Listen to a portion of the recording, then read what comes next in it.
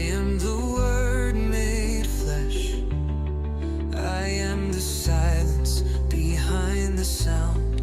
I am the stillness beneath all movement. Well, good morning, good afternoon, good evening, everyone, everywhere, all over the place. This is Geaux, Astros, and we've got game one of a 4-game series against the Orioles. And my thought is revenge, payback. We're going to get a little bit of that. I'd like to think so. The only revenge that I can accept for this series is for the Astros to completely own them in at least 3 games, no less than 3 games. And if the Orioles manage to win one, it should only be by luck or by the umpires giving the game away. Otherwise, the Astros completely dismantle the Orioles. That would be the only revenge that I personally can accept for this series. At any rate, thank you all for being here. I do appreciate you.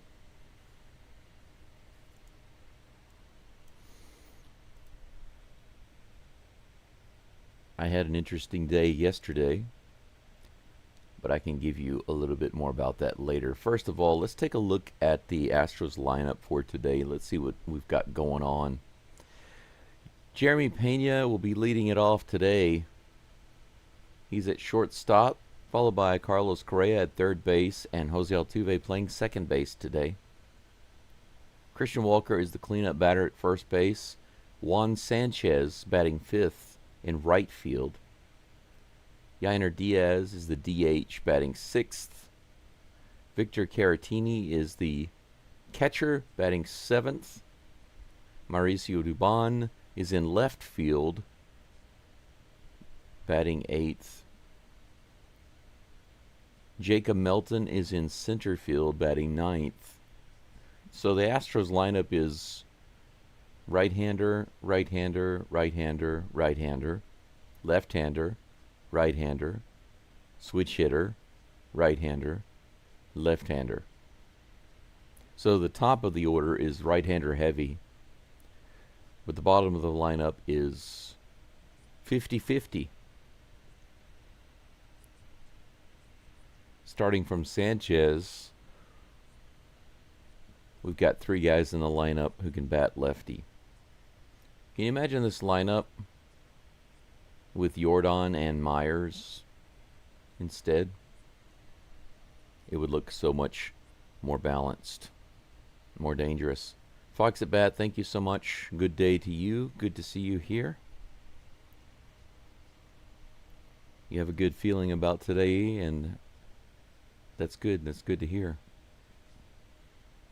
Revenge game versus Brandon Cy Young, right?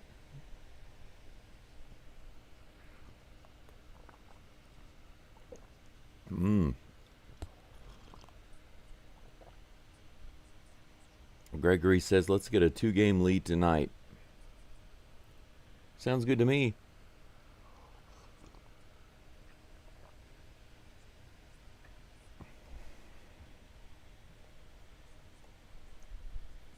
The Orioles have 4 guys in the lineup that are no older than 24. Beavers and Henderson are 24. Holiday and Basallo are 21.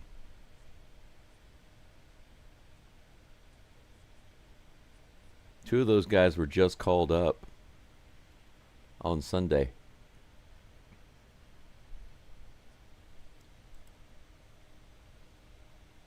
Unfortunately, this game is on Fox today, so there was no pregame show that I could watch.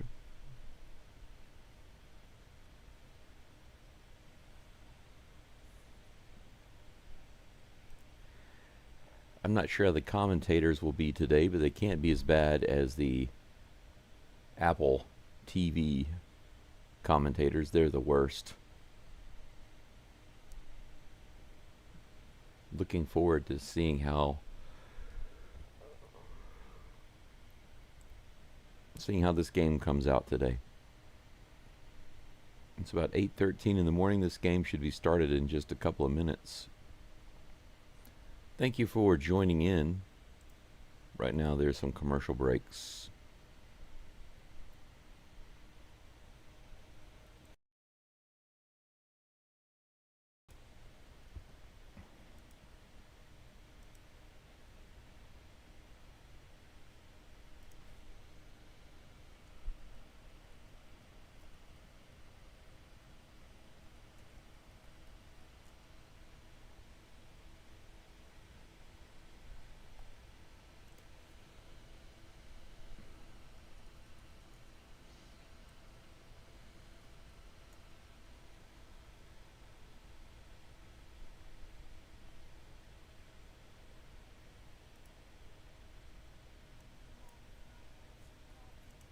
For those of you who heard me the other day, we were talking about having some coffee music during the break.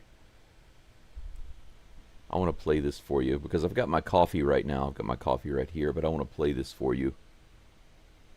Just this little clip.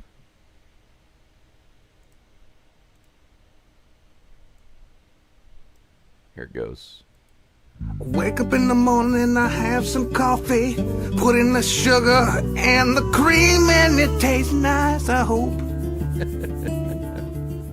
Bring the coffee to my lips and take a drink. Hopefully it will taste as good as I think it might.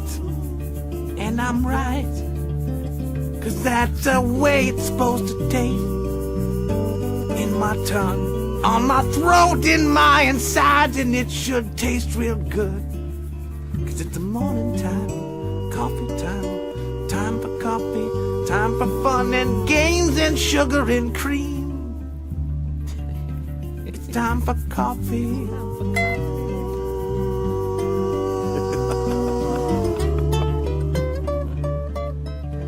All right. To me, that is just a really, really good, perfect coffee break song, right? It's from a cartoon series called Home Movies. For those of you who recognize it, good on you. There's the Astros batting order shown on screen.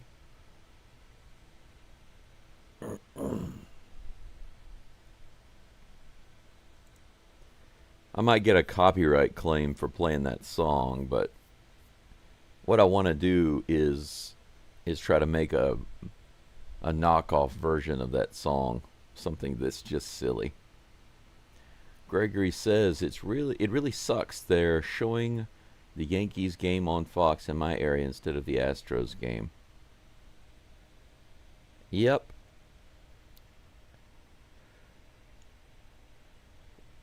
I'm not surprised, Gregory. But you know what? Here at Go Stros, you know what we say? Number one, Go Stros. And number two, forget them stankies. Forget them wankies. Pena is at the plate. Looks like we are getting ready to start this game. One of the things that they were talking to Altuve about before the game is very interesting. It's something that I do myself. High and outside, ball one to Pena. Here comes the next pitch. Pena taps that one to first base. Easy grounder. Opposite field to the first baseman. He grounds out number one. One of the things that they told the commentators before the game, or Jose Altuve told the commentators, is that he was doing some visualization. Visualization of getting hits, you know, where you're imagining it in your mind, you're seeing it in your mind, you're seeing yourself hit the ball and get a hit. This is actually good stuff. 84 right in there on Correa, strike one. If you want to manifest something, make something happen in your life, visualizing is very helpful. Correa lines one into left field. We got ourselves a base runner. Another single. Arguably our hottest hitter over the past several weeks. And that's not saying too much, but still. Jose Altuve comes to the plate. Speaking of Altuve, let's see if he was doing the proper visualization.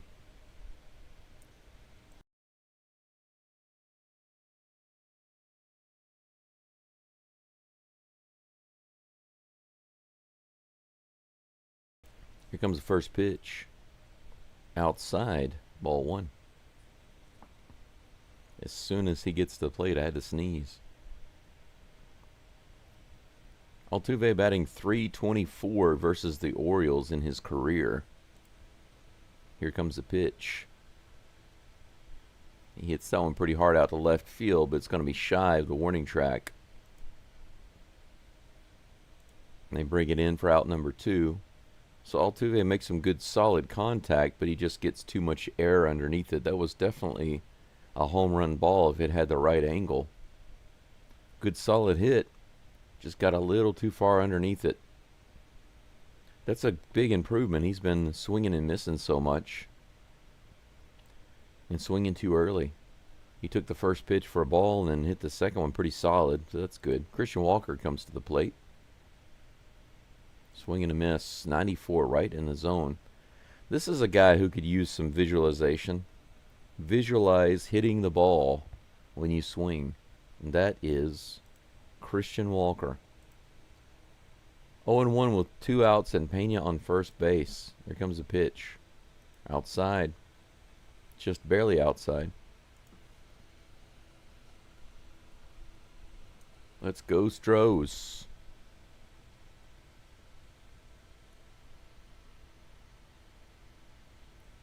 Fox at bat says the Fox guys are worse. From my point of view, they never give anything for Houston.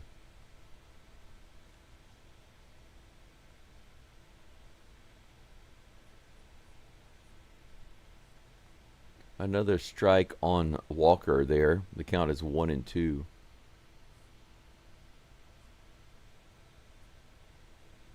Late and Walker launched on it.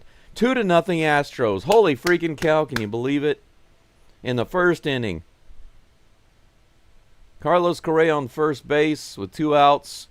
Walker launches it 103 miles an hour, 391 feet straight to left field. Just got too far underneath it. Look at this, right in the middle of the plate. Boom, a splitter. It didn't move. It just barely dropped, and that's perfect for Walker. Boom, baby. 2-0. That's the way to get it started in Baltimore right there. Trust me, I think all of you support me when I say, hell yes, we needed that. Sanchez at the plate with a 1-0 count. That one's low in the dirt. Almost in the dirt, I guess. 2-0. Here comes the toss. Sanchez fouls it off. 93. A little high and outside on the outside edge of the zone. 2 balls and 1 strike with 2 outs, nobody on after that base clearing homer by Christian Walker. Here comes the next toss.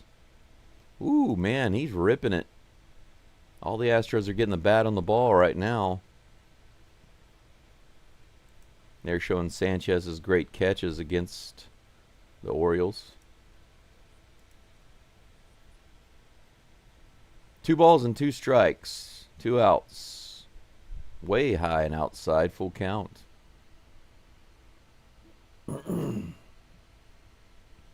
Elvis, you're right. Let's move it all the way to the World Series. From now on, the Astros take off like the rocket ships they are. Up the middle, there's another hit. Line drive. How about that? 3 hits for the Astros in the first. Yeah, Sanchez very, very happy about that.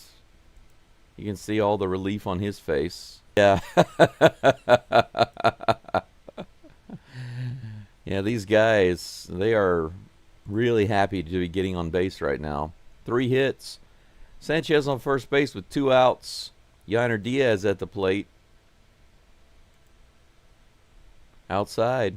Curveball missing.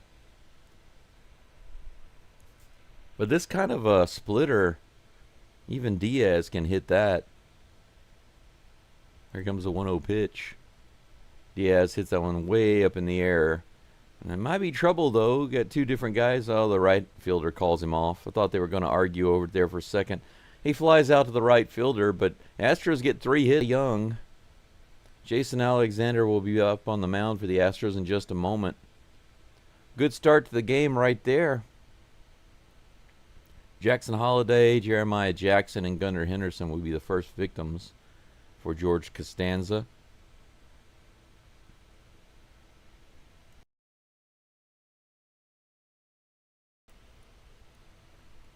All right.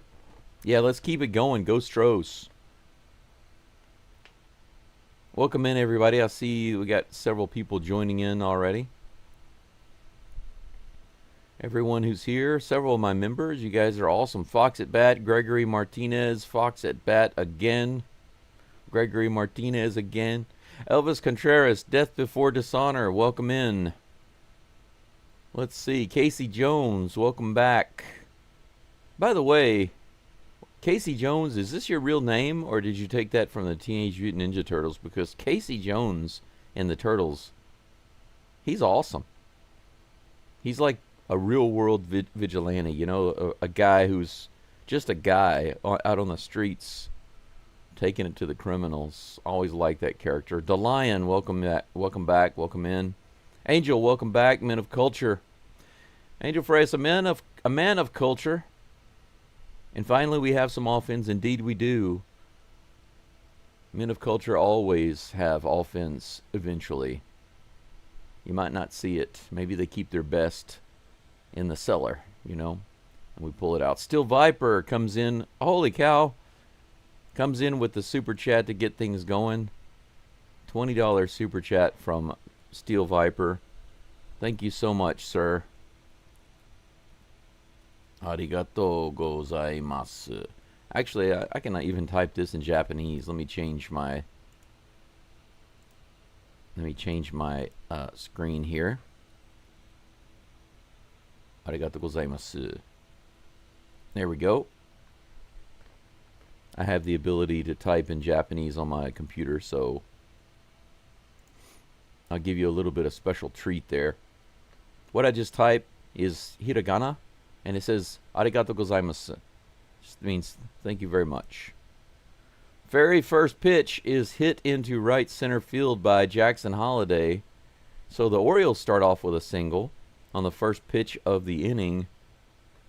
Now, my guess is that Jason Alexander learns from that and he shuts it down. That's what I think.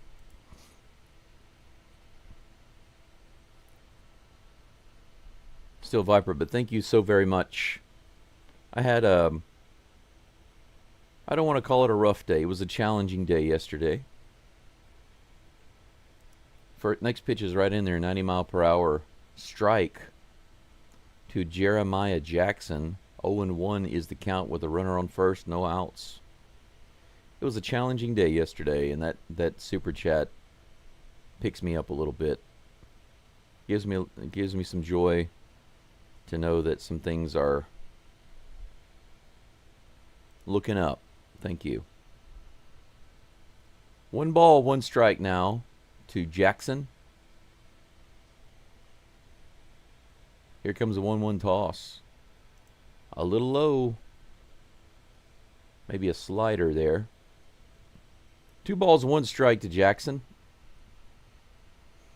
Yeah, absolutely, guys. Give a thumbs up and a thank you to Steel Viper for that super chat. Here comes the pitch. There we go. Nice.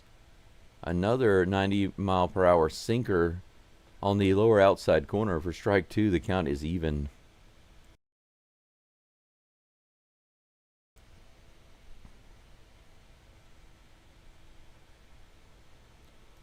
Alexander throws over to first base. The runner gets back.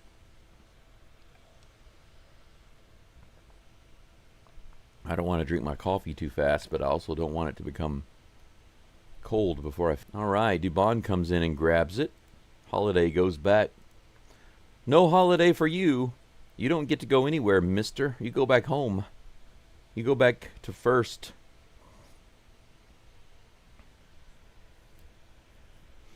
Looks like a pretty day in Camden Yards. You know, if my dream were to be anything about the Astros, it would be two things. Number one, to travel to every single game that the Astros play throughout the year. In every park, and every home game, every away game, every playoff game. I'd like to be at every single one in one season. That would be amazing. 1 ball, no strikes to Gunnar Henderson. Here's the next toss. Low and inside. 2 balls and no strikes. That would be part 1 of my dream. Part 2 would be to meet and talk with Jose Altuve. That's probably the most important one. 80 miles an hour, the bottom of the zone, swing and a miss. If I had a choice to make, I could meet and talk with Jose Altuve for a few minutes, or I could watch every single Astros baseball game, home and away, for an entire year. I would choose Altuve. 2 balls and 1 strike. That's actually an interesting question I'm going to put in the polls. This is hit up the middle. That's going to be down for a hit, a single. Holiday has to hold up at second, but that's 2 runners on with 1 out.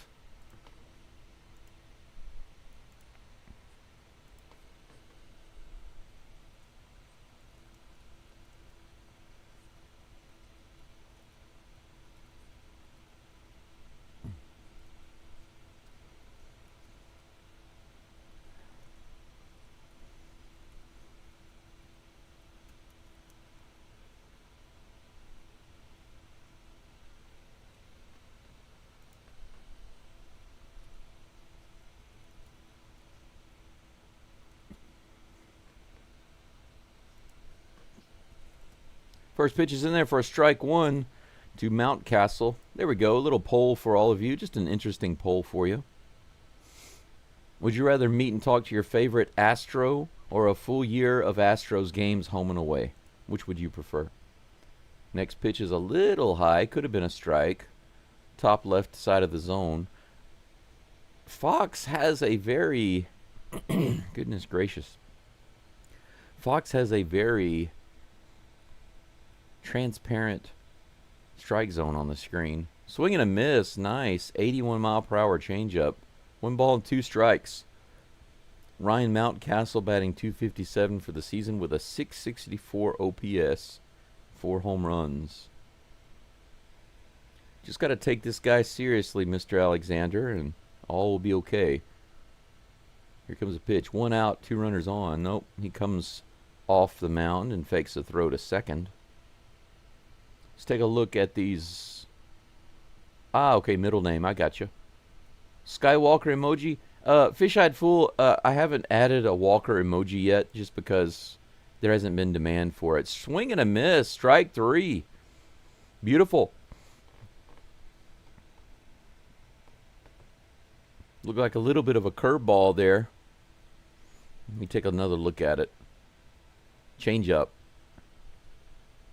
My bad. Curveball goes the other way.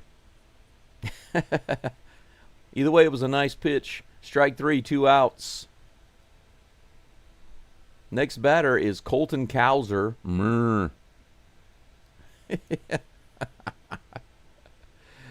So the Swiffer misses just barely for ball 1. 1-0 is the count. Here comes the next toss. Low and inside, strike 1. That one was in there. Another changeup. 1 ball, 1 strike. Yeah, Charles. Astros get those runs early and often today. Smash it, baby. Alexander's changeup looking pretty sweet today. Getting the strikes and the swings and misses. Bad Bird Outdoors says, I just want to say I'm a huge Astros fan. Thank you so much for doing this. Make people's lives better than you'll ever know. Thank you so much. I appreciate that. I really need to hear stuff like that, because yesterday I didn't hear anything that was anywhere near that type of statement. 2 balls and 2 strikes. I had my 2.5 to 3 month hospital visit yesterday, and I wouldn't say that what my doctor said was uplifting. That's fouled off. Count remains 2-2.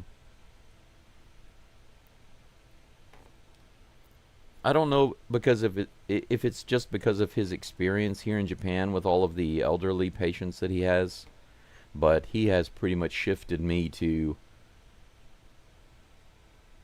palliative care. Is that what you call it? Field Sanchez takes it out, number 3. How about that? Jason Alexander gives up a couple of singles, but he picks up a strikeout, a couple of fly balls, gets out of the inning without giving up anything. What did I tell you? He gave up that early single and he locked it in.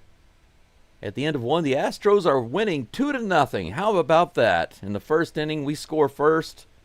And not only that, we hold it. We don't let them come back and tie it or take the lead. Those are 2 things that the Astros just have not been doing consistently throughout the year. We haven't been scoring first, and then when we do score, we've been giving it right back. We didn't do either of those things today. I'm feeling good about that.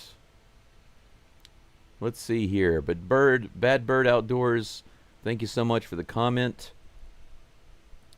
My doctor took me off my medication yesterday, and the only medication that he had me on was a blood thinner because I had the blood clot in my leg a couple of years ago, and I still have swelling issues, and I still have the issue with the tumor up here, and I have blood flow issues, and so I've been taking the blood thinners to help keep the blood flowing smoothly, and he doesn't really see the need in continuing to do that. And he didn't say this, but my impression is that the doctor has given up on 100% given up on trying to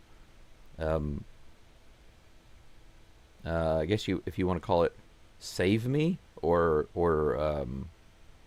he just doesn't believe that it's possible for me to survive.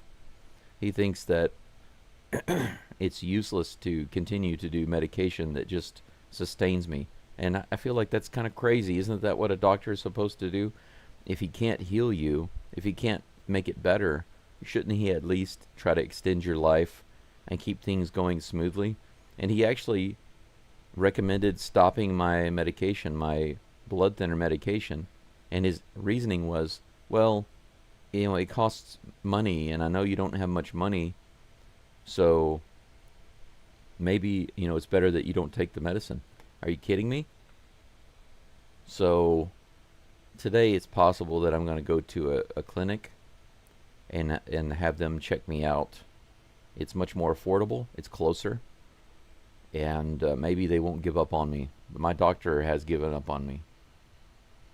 Yes, George Costanza is pitching tonight, Houston, Texas, Dave. The Batman is at the plate, baby. Very first pitch, he goes right through the hole. Caratini. Very first pitch. Astros continue their barrage of hits. That's hit number 4. Paul says, I'm hoping the last week or two has been a wild swing on the pendulum and will be swinging back. Every team goes through that, Paul.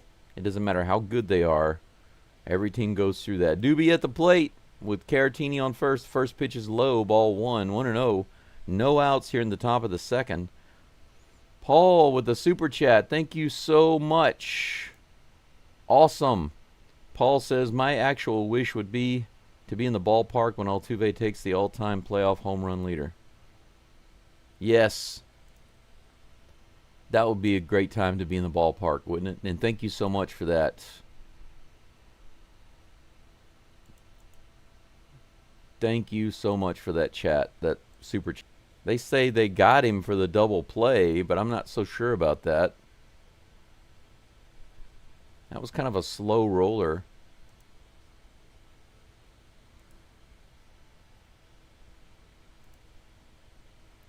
They just said that the Astros are number 1 at grounding into double plays. So I don't know about that. Yeah, they're challenging it. He's safe at first base.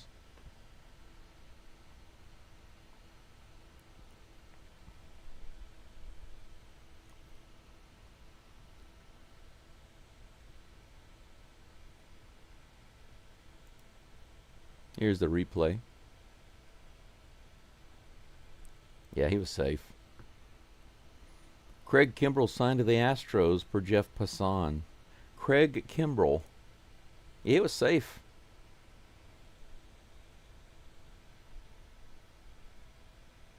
That should be an easy call. It was close, but his foot was clearly there before the ball got into the glove.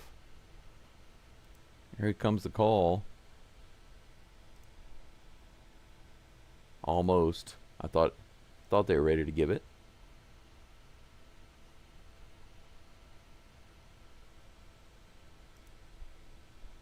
Yep, it's overturned. He's safe.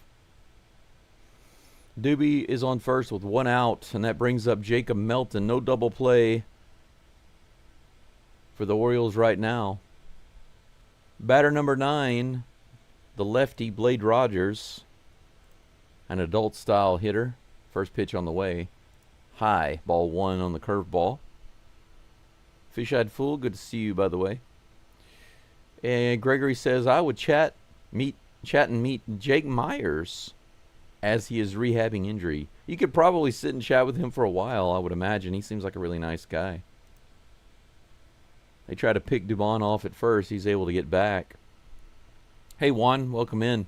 Go Astros indeed. Let's hear it from the boys. That's right. A hole-in-one for Caratini. That's funny. Here comes the next pitch to Melton. That's on the inside edge, barely. That was a terrible frame by the umpire. I mean, by the catcher, but the umpire liked it. Strike 1. Mr. Mike says, get a new doctor. I agree. I'm going to go to a clinic. There's no reason to go to the big hospital unless I have an emergency. Clinic's much cheaper. It's just you have to find one that has the ability to do all the scans and prescribe the medication if you need it. And I think I found one today. They even do walk-ins. It's unbelievable. Most places in Japan don't do that. 92 miles an hour, up and in, fouled off by Melton. 1 ball, 2 strikes with 1 out. Doobie on first base. But today I'm going to go have probably going to have an exam done, a chest exam, to rule out a couple of things. On the outside edge, too far outside, 2 balls and 2 strikes. Come on, Melton, you can do it. Let's keep it rolling, baby. Let's keep the party going. 4 hits for the Astros so far. Let's add 2 more runs on the board. Here's the toss. He grounds that one off of himself. Count remains 2-2. Absolutely fire that doctor. You know, my last doctor wasn't amazing, but he was there for me at a time I really needed it, and he put me on long-term blood thinners to make sure that I didn't have another problem. I've continued to have blood flow problems in my legs, so it's obvious that the blood thinner helps. But yesterday, that doctor, he just, woof. Here comes the 2-2 pitch. This one's hit high in the air. Is it going to be playable? It looks like it's going to float just barely into the stands. Crispy, thank you. I deserve the best, and so do you. Everybody deserves the best medical care. And, you know, nobody should ever be denied what they need simply because of money. And that doctor didn't offer to do any scans or tests or anything else. And I asked, why didn't you offer these things? And he said, well, these things cost a lot of money. Are you kidding me? He didn't even offer them. In the dirt, full count. My hospital counselor was visibly disappointed. She's wonderful. She's absolutely wonderful. And after I talked to the doctor, she asked me, are you satisfied with your visit with the doctor today? She never asks that, but she asked it today because it was obviously so bad. She asked it yesterday, rather. Fouled off, 3-2. You know, I'll tell you what, in Japan, that's a very indirect way of saying, I think this doctor is not treating you right. That's how it is in Japan. They won't come out and say it, but they'll come out and indirectly ask it. And that's what she had to use the translation tool, and she showed it to me, and that's what it said. Are you satisfied with your visit with the doctor today? And that was her way of saying, I don't like what the doctor did, and I think you probably aren't okay with it either. She was very dissatisfied. You could see the look on her face. She was very upset. She's such a wonderful lady. I wish I could just keep her everywhere I go. She's amazing. Here come 5 hits. No errors. I'm liking what I'm seeing right now. Brandon Cy Young on the mound, getting lit up by the Astros. We get runners in scoring position with 2 outs, and we drive them in. What kind of a result is that? That's the kind of result that I like to see. But Casey Jones, about that question, where would I sit in Minute Maid Park or Dykeem Park? If I didn't sit in the Crawford boxes there, I would want to sit somewhere where I can have an opportunity to talk to Altuve and beg for a bat. I would want to be close to the hitting circle or something like that. Wherever Altuve hangs out the most, that's where I would want to sit. Patrick says, I'm an awesome guy. Thank you so much, Patrick. You're awesome, too. Paul says he was safe. You're right, he was.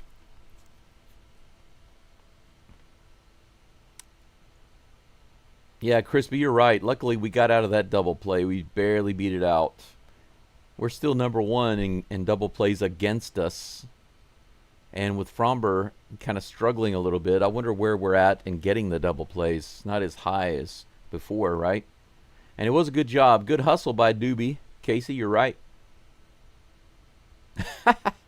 Caratini probably very good at getting the golf ball really close to the hole. Yeah, Paul, I did tell her. But you know what? I don't want to say I'm a positive guy, because I think that doesn't really explain the type of person that I am. I choose to view things in a non-judgmental way. So I won't say that he's a bad doctor. I believe that he's really trying to do and say what he believes is the right thing to do or say. First pitch is a ball to Samuel Basalo. He was just called up recently for the Orioles. He hasn't been in the lineup for very long. He hits this one high to right field.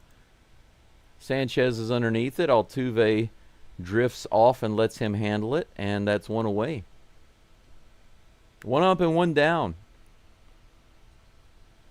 I know it's a difficult thing to accept, but even when people are doing and saying things that seem hateful or stupid or inconsiderate or whatever, insert negative adjective here. There's still a reason for that, and I shouldn't label those things as such. Even if it appears stupid, I shouldn't label it as stupid. Strike 1 delivered to Kobe Mayo. Kobe Mayo batting .204 for the season, .634 OPS and 5 homers. The first baseman for the Orioles. He grounds this one straight to Pena, who makes a really difficult throw over to first base, and Christian Walker makes a good catch. Pena gives him some love on that. 2 away. Good backhand, difficult throw. Take a look at this here.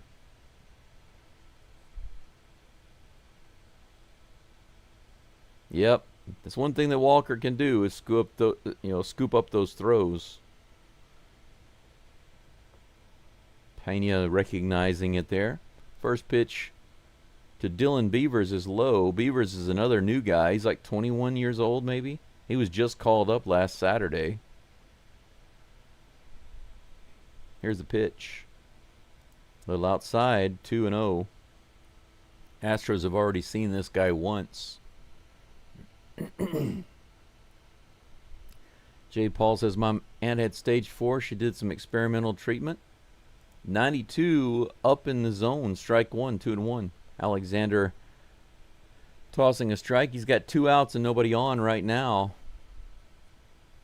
Here's the next pitch to Beavers, right in there. Change up. 2 balls and 2 strikes. Is he going to get a little special K right here? Let's see. Jay says UV ray treatment and gave her 2 months to live. That was 2 years ago. That's nice. I'm glad to hear that. I really am. One of the things I have been doing is going out when it's sunny and getting at least 10-15 minutes of sun just in my shorts.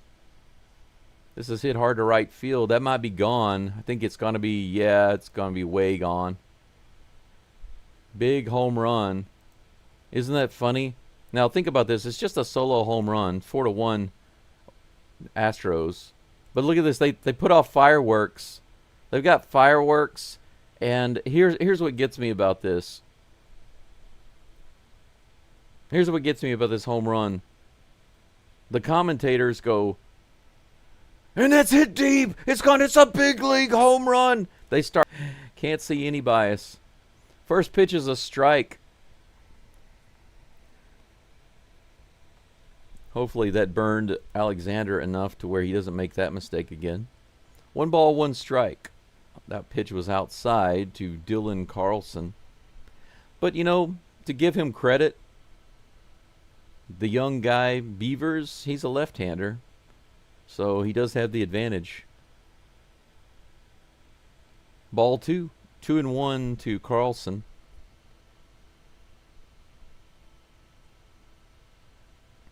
Here comes the pitch. This is hit high in the air. Might be playable. Correa is over. And it goes right over the dugout. Strike 2. The count's even. The Republic of Korea. That's right. It's the Democratic Republic of Korea. Yeah, you're right, Paul. Correa is the only one that's been consistently getting some hits. Even if he hasn't been completely on fire, he has been consistent. That's right. Indeed, Angel, we do have liftoff. Is this the 8-21-25 game? Yes. Here comes the pitch. Grounded to the right side. Jordan, you mentioned that you can't, the notifications don't do anything. Do you click the bell and click on all? Because if you don't go that extra step. Here comes the next pitch outside. 3 balls and 2 strikes. It's interesting, the guy who caught that home run,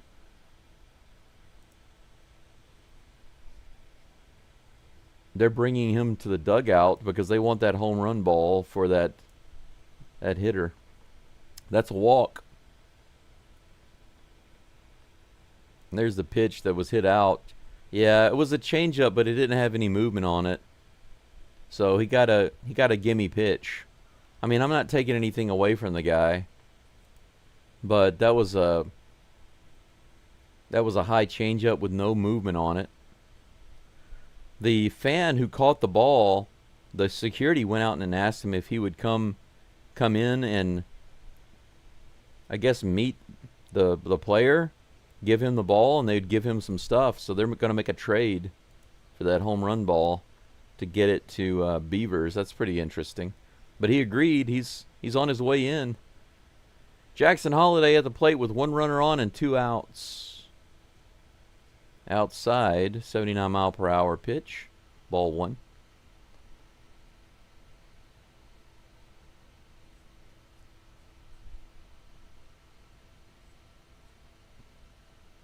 Steel Viper says, I sent you a PayPal donation so YouTube doesn't tax it. Thank you so much. I appreciate that. For those of you who want to make sure that a larger amount of your donation goes directly to me, I highly recommend you use PayPal.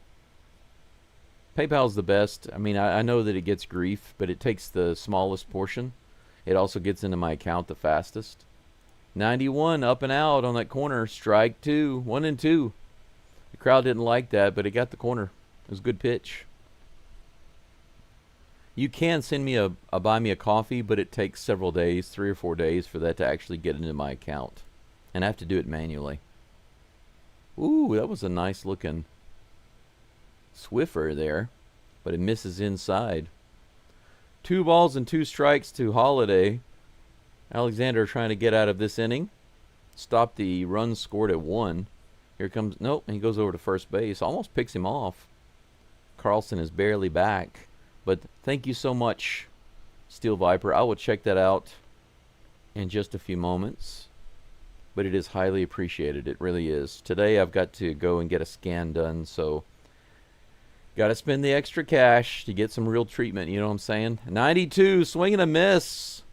Heck yes. That was not even a big swing. He just kind of poked the bat out there. Did you see that from the side? Did you just see that replay from the side? It just looked like he just kind of stuck the bat out there. It wasn't even a full swing. He just kind of stuck the bat out there, and it went right over the fence. When I see stuff like that, it just makes me think, was that a loaded baseball?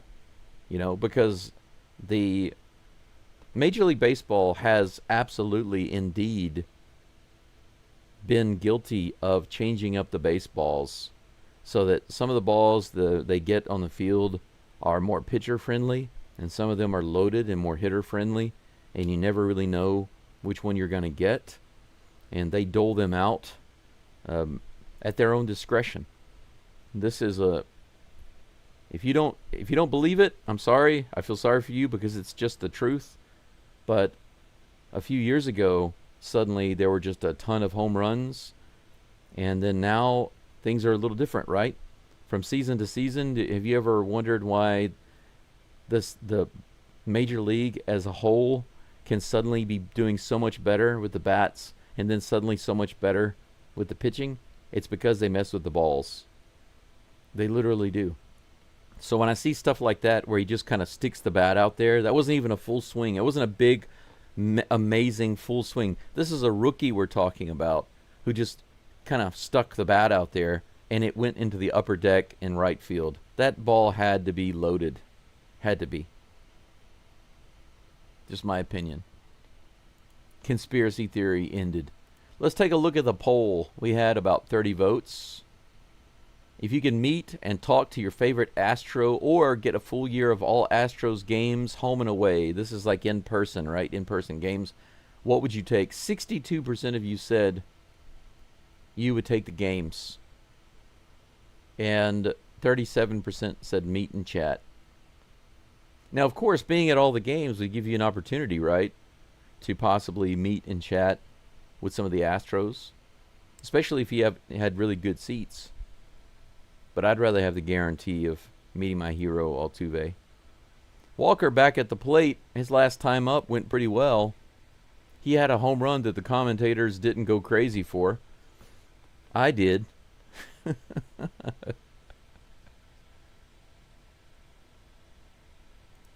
Here comes the pitch. Walker crushes this out to right field, all the way out to the wall. Man, another home run distance ball, but foul. 0-2 is the count. Man, Walker's taking a bid here for a multi-home run game.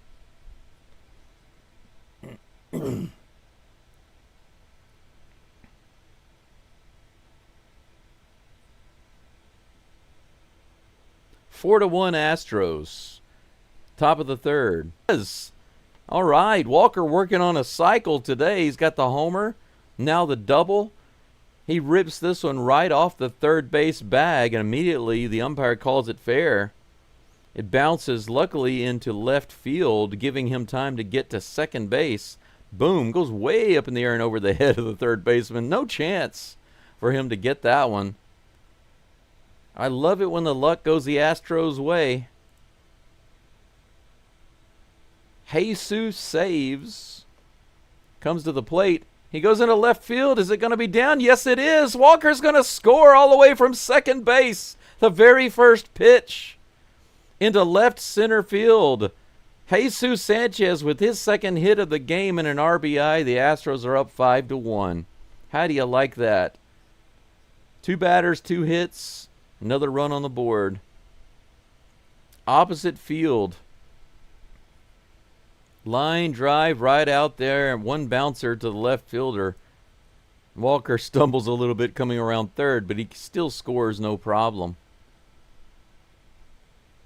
Yainer Diaz at the plate. A little high, but taking a strike one. Diaz questions it a little bit. 0-1.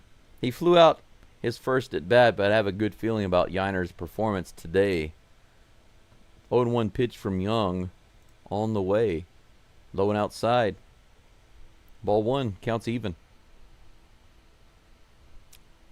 Oh. Yeah. Yeah, Mark, the reason it shows game 4 is because they've already played 3 games against the Orioles this year. 2 balls and 1 strike. I'm sorry to be a little confusing, but the technically the games go 1, 2, 3, 4, 5, 6, etc., etc. But it is game 1. Diaz with a 2-run shot. I told you he was going to do something. Yeah, baby. 7-1. The Astros are unloading on the Orioles right now. Diaz drives in Sanchez with his own 2-run blast. The Fox commentators do not get excited about his home run, but I do. 8 hits for the Astros. Look at this. Boom, baby. Diaz stands there and watches it for a moment, then he puts his head down. He's like, yeah, that's gone. And Astros fans get it. Yeah, that's right. There were Astros fans out there in left field. Good job. 7-1. That's right. Let's light their butts up. 8 hits now. Look at this. Last time, 8 innings pitched. Today, is this his last inning? He's already given up 7 runs. Caratini, the Batman, at the plate. First pitch is a strike on the outside edge. Heck yes. Yes, Steel Viper, you are right, sir. I am right there with you. What an awesome game after the week we've had. Absolutely. 92 lone outside. 0-2. Yeah, I needed this too. We all needed this. Third inning, 2-2-3. In the dirt, 1 ball, 2 strikes. We're destroying their Cy Young candidate, Brandon Cy Young.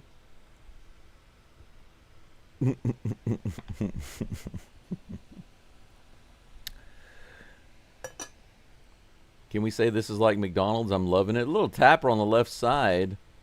He's going to throw out Caratini at first. Terrible throw. But that's going to be 1 out. The very first out of the inning right there. The Astros scoring so many runs without even an out on the board. Doobie at the plate. Doobie had a fielder's choice earlier. Let's see if he can get himself a hit. Join the party. He fouls this one off in the right field. It'll be foul for strike 1. Gregory says, I found an old Pro Set 1990 football card. That's interesting. Oh, speaking of cards, I got my 3 new Altuve baseball cards in yesterday. One of those is going to be coming to the lucky winner of my drawing. We should be at 1,000 subscribers right now. Here comes the next pitch to Doobie. High. 1 ball, 1 strike to the Doobster. Let's see here. Cracker Barrel stock is down 55%. Doobie with a bid for a homer. Comes up just a little bit short, and that's out number 2.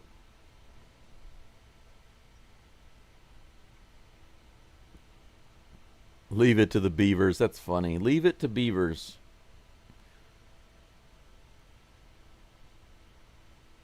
You're learning Spanish on your TV?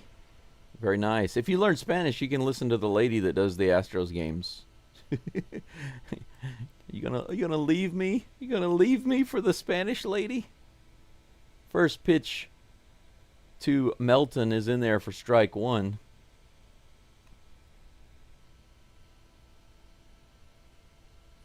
Once we get a run, it'll be 10 in a row. Yeah, it is a funny game. Another pitch right in there to Melton. Strike 2. 0-2. Bubba McDowell. Yeah, I remember Bubba McDowell's at the card. Looks like they get him. Lucky little scoop there by Young to first base, and Melton grounds out. But the Astros get 3. Got a little lucky there, but it's okay. 3 more runs on the board. The Astros have scored 2, 2, and 3. And they are up 7-1. 7-1 with 8 hits. Going into the bottom of the third, Alexander has given up a solo home run to a rookie. A gimme pitch with a loaded ball, that's my opinion.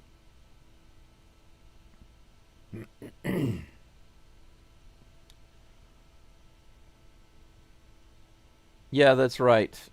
Fox at Bat says the Fox commentator's always in favor of the team that is not the Astros. Yeah, it's obvious.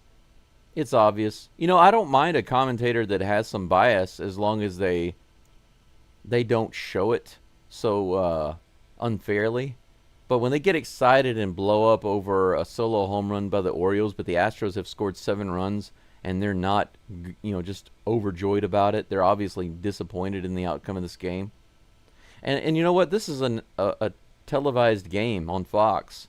More people are getting exposed to this game. And with a young Orioles team, there are a lot of people that are really wanting to see the Orioles do well, especially against the Astros. And the Astros are destroying them. Good for you, Astros. Good for you. Alexander's pitch count is not great. 42 pitches. I would say that's it's not bad. Not really. What about 14 pitches? Yeah, 14 pitches per inning. I don't think that's a big deal. It's not bad and it's not good. It's just so right now. Let's see here. Gregory, you'd like to chat with Christian Walker? Really? That's interesting.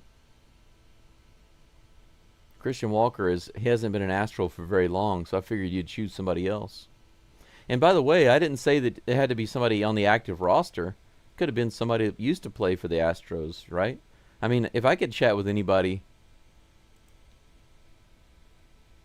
that's not Altuve, if I had to choose another guy, I would choose Glenn Davis. After Glenn Davis, difficult. Becomes more difficult to decide. The very first pitch is popped to right center. Altuve runs out and grabs it. Good play, Jose. 1 pitch, 1 out for Alexander. Looks like Gunnar Henderson coming to the plate. 1 away here in the bottom of the third. Kind of a small crowd in Baltimore. Trying to get the fans excited. Here comes the next pitch. The first one to Gunnar. Nice. Beautiful. Swiffer. 0-1. Jesus the Redeemer. I like Walker with the high socks. It's working. You know, as crazy as it is, I do like the traditional baseball uniforms. I remember when I was a kid and we put on everything, you know, the leggings and over the socks and, you know, all that cool stuff. Yeah, it was like getting ready for battle. What a beautiful catch by Walker. Diving catch at first base on that rip down the first baseline. Look at that. A one-hopper. Beautiful catch. And he tosses it to Alexander, who covers the base. Out number 2.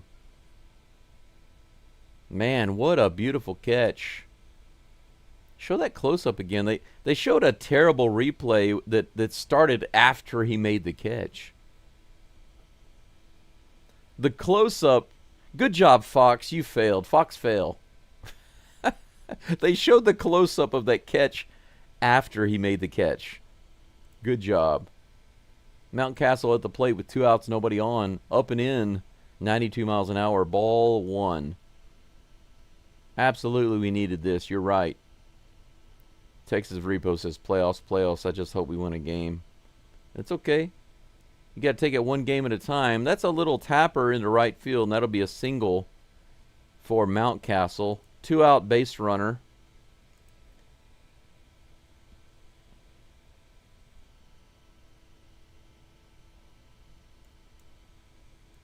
Let's see where that one was. That was not too bad of a pitch, up and in, but he was able to step out and go opposite field with it on the sinker. That brings up Colton Cowser, another youngin 90 up and out for ball 1.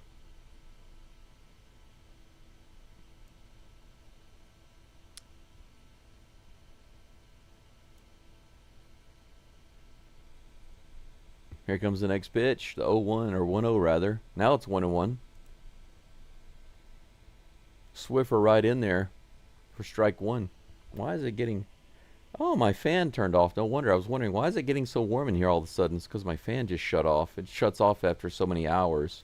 Here comes the 1-1 pitch. Nice. 79 on the outside edge. 1 ball and 2 strikes.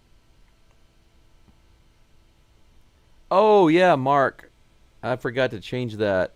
Once again, it's so small on my screen.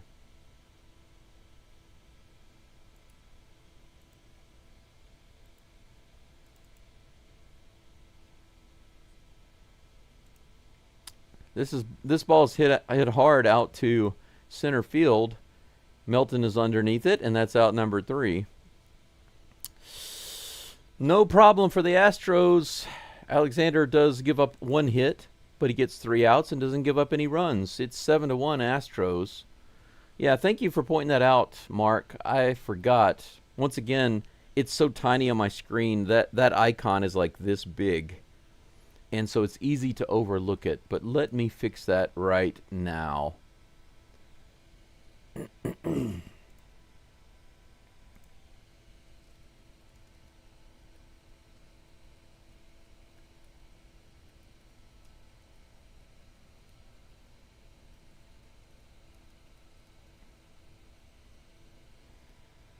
Let's see here.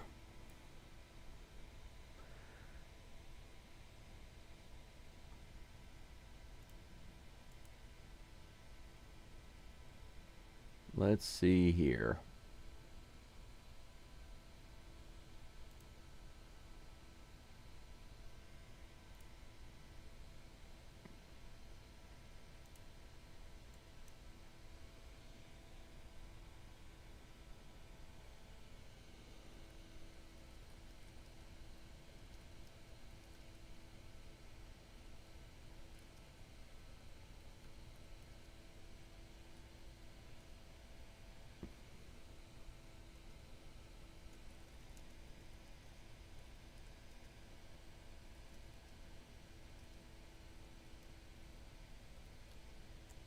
There we go.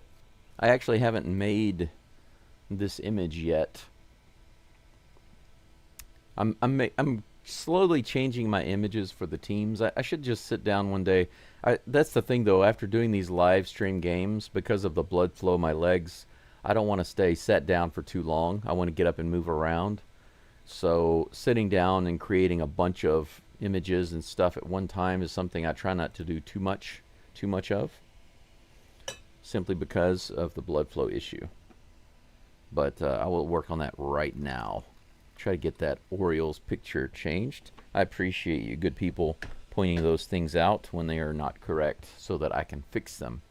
But for those of you who are wondering why it says Game 4 instead of Game number 1, because even though it is Game 4 of a 1-game series in Baltimore, for the season it is Game 4. And the reason I've thought about changing it, instead of putting Game 1 again, changing it to Game 4, is because of clarity for my viewers. Whenever they're looking for the game, I don't want them to pull up the old game and think it's the new game. Pena grounds out to shortstop, and that's 1 away. Carlos Correa comes to the plate with 1 out. It's a little difficult to explain, but whenever... Sometimes while I'm live streaming a game, I'll see some comments start popping up on some of my previous games. And what's happened is 82 miles an hour on the outside, ball 1 to Correa. What happens sometimes is that some of my subscribers, come to a game that is one of my old games. And you click on one of my old games, and you think it's the new game. And you start commenting on it like you're talking in the live chat, but actually you're just posting comments on the old video. 2 straight strikes to Correa. 1 ball and 2 strikes. That one was a little outside. Correa was questioning it, but he calls timeout. So I'm just trying to make it a little more recognizable to kind of separate it, because if I have 2 different game ones, right, or maybe 3 different game ones, like if they play the Mariners 3 different times, for example, then I would have several different game ones, game twos, and game threes, etc. And instead of doing that, I thought about just going with the actual game number. The actual game number would be 1, 2, 3, 4, 5, 6, 7, 8, 9, etc. Here's the pitch to Correa. Swing and a miss. 82 outside. He kind of throws the bat out there. Kind of a lame attempt at a swing. 2 outs. Luckiest inning so far for Brandon Young. That brings up Jose Altuve. Now, Altuve has been flirting with a home run this whole time. Here comes the first pitch. High and outside, ball 1. Altuve had one to left field that just had the wrong angle, and he had a deep one to center field, just the wrong direction. Let's see what he does right here. Whoa! He went towards Altuve's head with that pitch. 2 balls and no strikes. Yeah, Angel, they won't ask Joe to resign today. Yiner bombs. That's funny. Here comes the 2-0 pitch. High. 3-0. Altuve showing some decent discipline right now. Not swinging at any garbage. Visualize that home run. I can visualize it right now. Here comes the pitch. Low and inside, but right on the edge for strike 1. 3-1. I like seeing the Baltimore fans sitting in the background with their arms crossed. That's funny. Here comes the pitch. That was a nice slider or Swiffer. Swing and a miss, low and outside, full count. Yeah, Gregory, I got a really good deal on these cards too. A couple of these are, they were released in Japan, so they're special Japan cards. Way outside, ball 4. He decides not to test Altuve. Sends him to first base. So Altuve's on with 2 outs. Christian Walker comes to the plate. Are we going to have that multi-hit, multi-home run game? Walker is hot right now. He has the home run, the double. He's been hitting the ball really hard off this guy. I'm feeling another homer right here. He's got 17 this year. This could be number 18 right here. Outside, ball 1. Cracker Barrel went broke, and that's a shame. It's a company that should not have gone broke. I feel like they should have lowered the prices a little bit. Too expensive. Here's in the 3rd out of the inning. So Walker does get his bat on it, but he doesn't get any lift. And that's 3 outs. 1 walk and no hits for the Astros in the top of the 4th, but 7-1. The very first decent inning for Brandon Young. The first inning where he didn't give up any runs. His ERA is right at 7.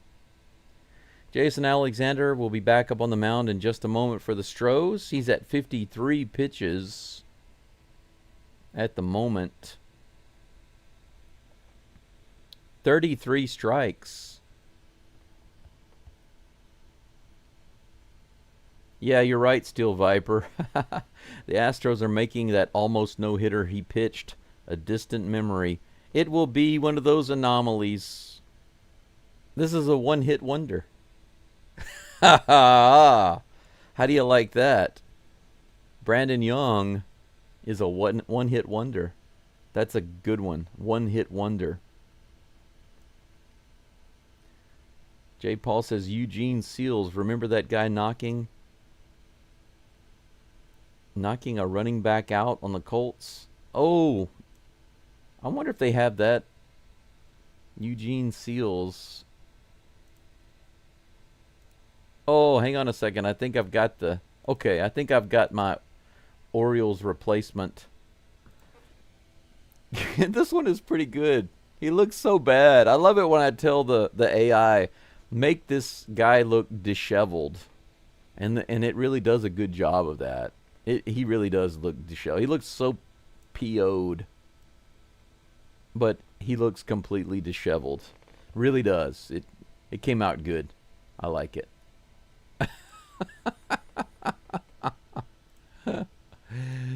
Oh man, I like it.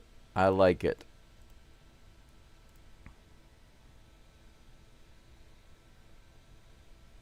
You guys, can you see that? That's pretty funny. I like it. Let's see. Where are the opponents at? And the Orioles folder. There it is.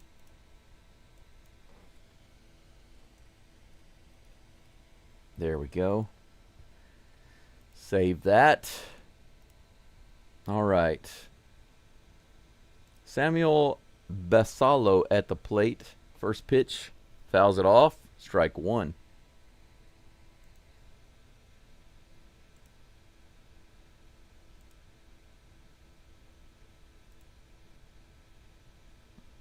He pops this one up on the left side in foul territory and just into the stands.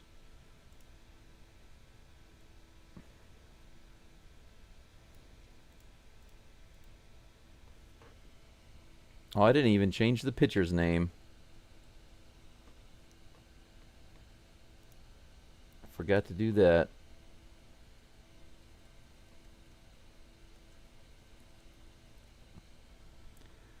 All right, there we go. That's better. This one's bounced to Correa, who has to fire to first base and scooped up by Walker. He fumbled it there for a moment and then had to really rocket it over. Walker with the amazing scoop. Basallo is out with the ground ball. One out.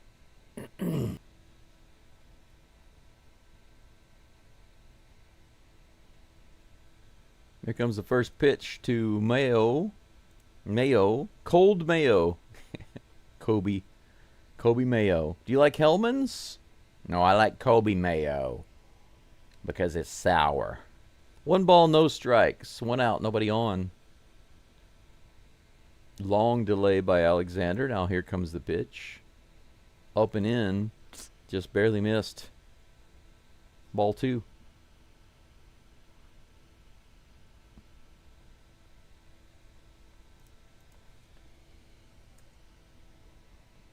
Here comes the next pitch. The 2-0 right in there on the outside edge. 2 balls and 1 strike.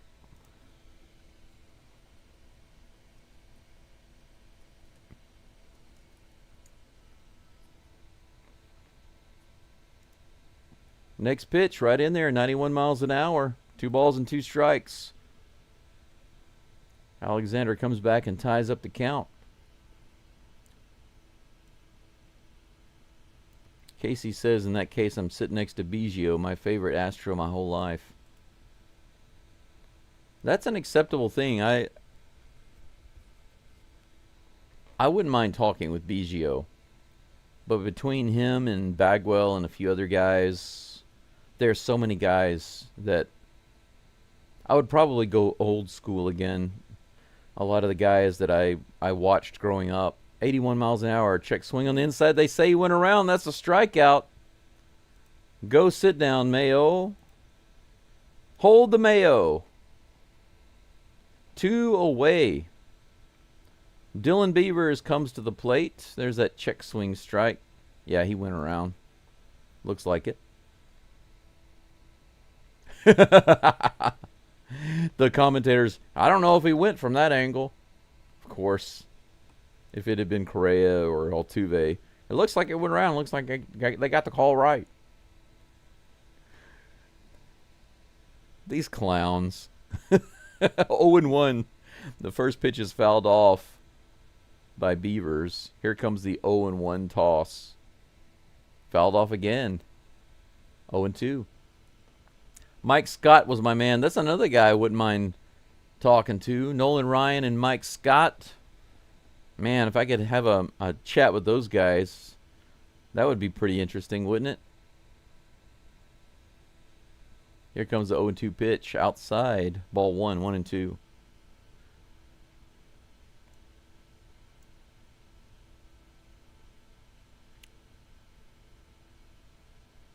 Met him at the Sunshine Kids location. Texas Repo got to meet Biggio. This is hit lightly into left on the left side. Look at that. What a catch by Correa. Correa goes sliding in. He goes sliding in the dirt on the left side in foul territory right in front of the Orioles. He gives him the thumbs up. Oh, that was hilarious. That was hilarious.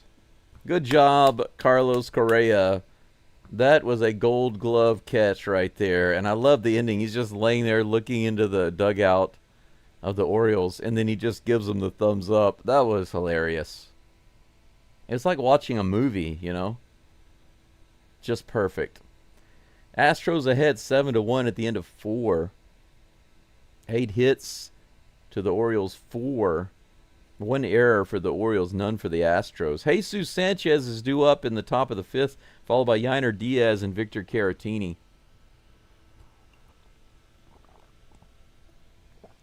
Yeah, Crispy, he did risk himself, but in a good way. He was controlled. He looked at the fence. He saw where it was. He slid. Well done. Absolutely well done.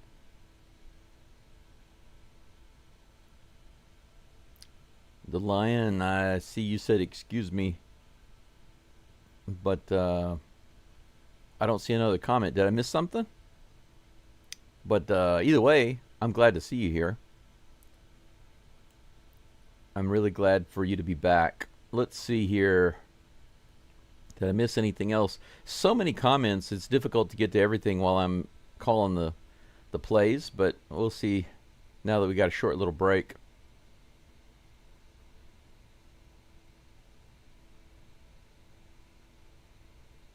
Mark, why would I want to disable the comments on the videos? Comments on my videos actually help the channel. But the only thing that I can really do is if I see somebody that starts commenting while I'm live streaming, if they start commenting on old videos, I can reply to them and say, you're not watching the live video, and then maybe I could post the link to the live video, but I don't always see that because I'm actually busy doing the live stream, you know what I'm saying? So I would just tell all of you to pay attention. I put the date. That's another thing that you need to pay attention to. I put the date of the game in the title. So you need to look at the date. If you look at the date, you'll see it. Sanchez is at the plate. He grounds one to the second baseman, and there's a terrible throw to first base. He's going to head to second. There was a nice catch at second base, a diving catch by Holiday, but he makes an absolutely terrible throw to first base, and Sanchez is able to head to second. How about that? Take a look at this. Right up the middle, Sanchez is booking it to first. Terrible throw. First baseman can't handle it. He books it to second base and is just able to get in there before the throw comes in. There we go. Sanchez feeling it. Diaz at the plate. He's got a 2-run homer. In the bottom of the zone, strike 1. 2-run homer for Yainer Diaz, and he's got a runner on second with no outs. Astros making a bid for more runs right here. A little outside. 1 ball, 1 strike. Yes, just like that, Gregory. You're thinking exactly what I was thinking. The Major League movie. That was like a scene from Major League. Slide in there right in front of the opponent's dugout and give them the thumbs up after making the catch. That's hit hard to right field, but foul. 1 ball, 2 strikes to Diaz. It's the summer of George. That's right. Alexander's been our best pitcher, says Eric. Last 3 times through the rotation. It's not even close. Yeah, isn't it amazing? Here comes the next pitch. Diaz takes that one in the dirt outside. 2 balls and 2 strikes. Sanchez on second. No outs. Top of the 5th.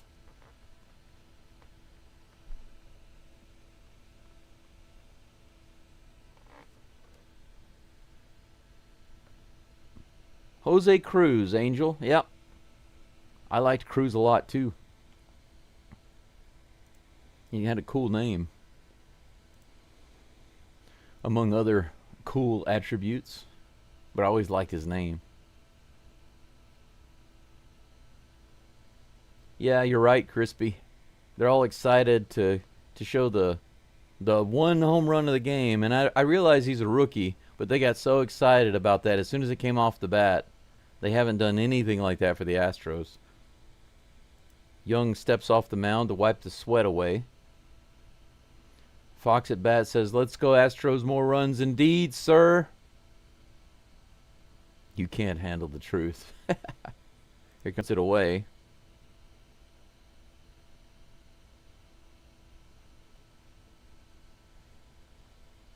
Fox at bat says, "I have to admit that's happened to me because I was distracted." Yeah, it's happened to several of my subscribers.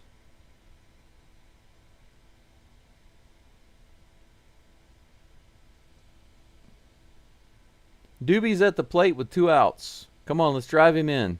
Sanchez on second. Doobie hits it pretty hard into center field, but it's going to be right at the center fielder. And he doesn't drop it. I was hoping he would drop it. Another error is what I was hoping for.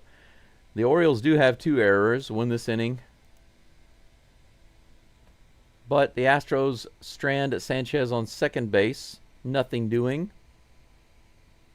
But we're up 7-1 with 9 hits. 4 hits for the Orioles, 1 run on the board. Astros really sticking it to the Orioles and to Brandon Young this game. Bottom of the 5th coming up in just a moment. Jason Alexander up to 66 pitches.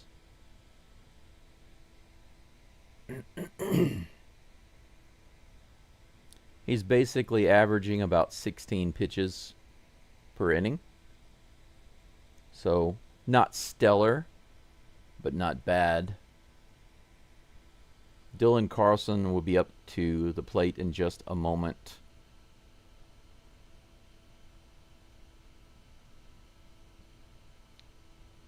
Texas Dave says Yankees trade Costanza to the Astros and we get an MVP picture. Didn't he also come by way of the A's? He likey big swingy. That's right.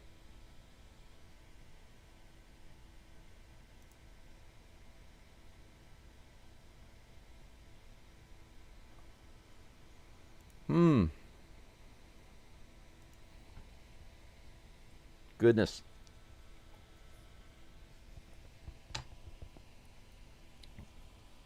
I'm going to want to make a fresh cup of coffee here in a few moments. Might as well go ahead and get it set up.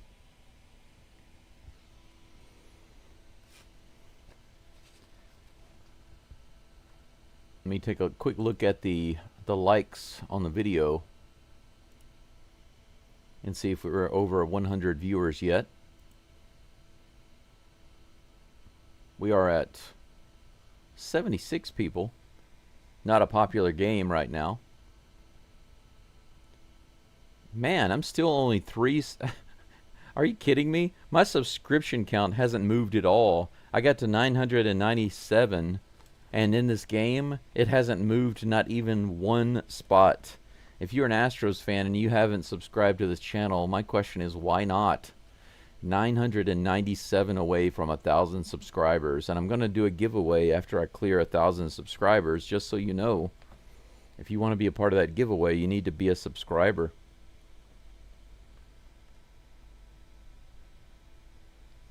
You need to be a subscriber. If you're not a subscriber and I do the giveaway, there's no chance for you to win. 1 ball and 1 strike is the count to Dylan Carlson. The next pitch from Alexander on the way. 91 on the outside edge. Nice changeup. 1 ball, 2 strikes. One of the things I'm going to include for the winner is some Japanese coffee. Woo! That was right on the outside edge. Nice looking pitch. But the umpire says, nope, I don't think so. 2 balls and 2 strikes. There we go. Here comes the next toss. On is hurting a little bit. Look at this effort. One more angle from this. Yeah, it was right in there and out of his glove. When he hit the ground, it just came out. Good effort. Maximum effort by Doobie. Runner on first base. This is grounded to second. Altuve to Pena. Pena to first. He's safe. They don't have time to get the double play, but that's 1 down. This coffee smells really nice. I'm glad that I found this coffee. This is a Japanese brand that comes in a really big bag. It's like 1.5 pounds or more. Maybe, no, it's more than that. It's almost 3 pounds. Yeah, it's about 3 pounds, actually. It's a 3-pound bag. It's huge. Glove a little too late. They weren't able to get the double play because of that, I think. First pitch is in there for strike 1 to Jeremiah Jackson. Runner on first, 1 away. Here comes the next pitch from Alexander. Inside and low, 1-1.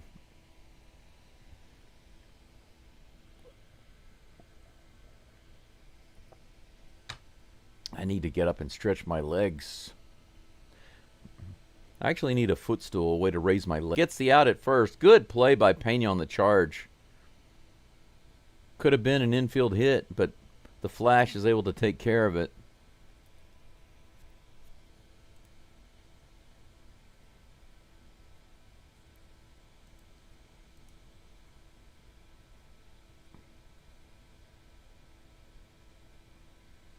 This commentator is the worst.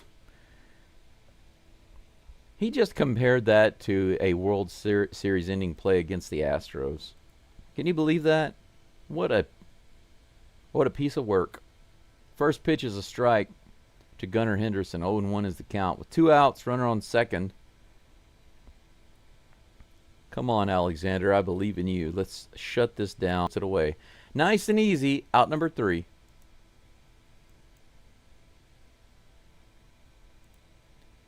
That's it for the 5th inning, guys.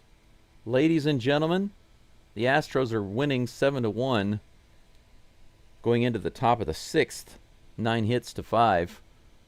2 errors on the behest of the Dirty Birds. If you want to know what a dirty Oriole looks like, take a look on your screen. You can see it right there. That came out pretty good. I like that. He looks angry, but he looks so dirty and beat up. I love it. It's great. 78 people watching right now. Hopefully that will go up to 100. If you have not subscribed and you like the Astros, or you like Houston, or you just like good teams, then please subscribe. Once the count goes over to 1,000, I am doing a giveaway for my subscribers. I've got a variety of things that I'm going to give away. I've got a Hiroshima Carp baseball team t-shirt. I've got some Japanese snacks like these corn snacks. And these are also made in Japan. These are coffee-coated candied peanuts. And I don't know, I can't remember exactly how to say this, but this is a Japanese-style snack. I can guarantee you've never had anything like this. It's very light and crispy, but it's a little sweet, just a little sweet, but it has a particular flavor to it that I think you've probably never experienced in your life. And it's well known here in Japan. And plus, I'm going to give out some Japanese coffee. As well, I'm going to give a Jose Altuve baseball card along with that. All of that I just showed you is going to the first place winner. I'm going to have a second, third, and fourth place also. And I'm going to send postcards, Japanese postcards from Japan. Got one of Skytree, which is a really tall tower in Tokyo. And Mount Fuji, of course. And this is Himeji Castle. It's a famous castle here in Japan. Very beautiful, famous for its color. I'll be sending these postcards to 3 different people. But you got to be a subscriber in order to get a part of that. Wow, looks like Young hurt himself. Melton comes to the plate and grounds it to the first baseman.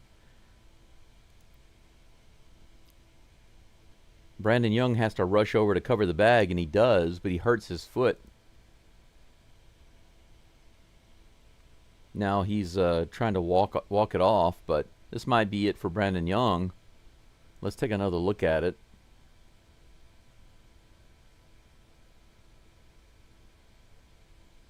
Yeah, it looks like he hurt his foot when he got on the base. Yeah.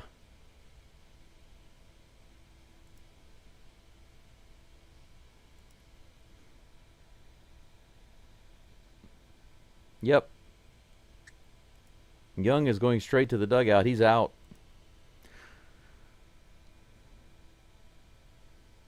They're going to bring in a new pitcher.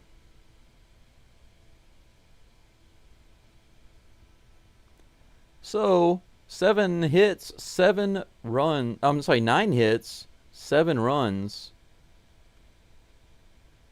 And he finally is taken out of the game after hurting himself by covering first base. Yamil Giraldo will be in the game for the Orioles in just a moment.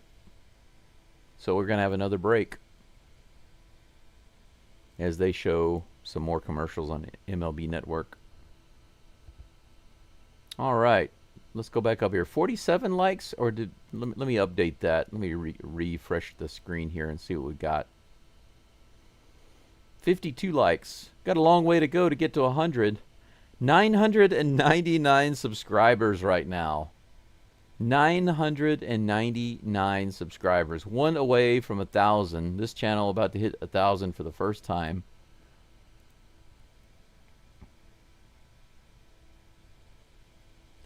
Let's take a look.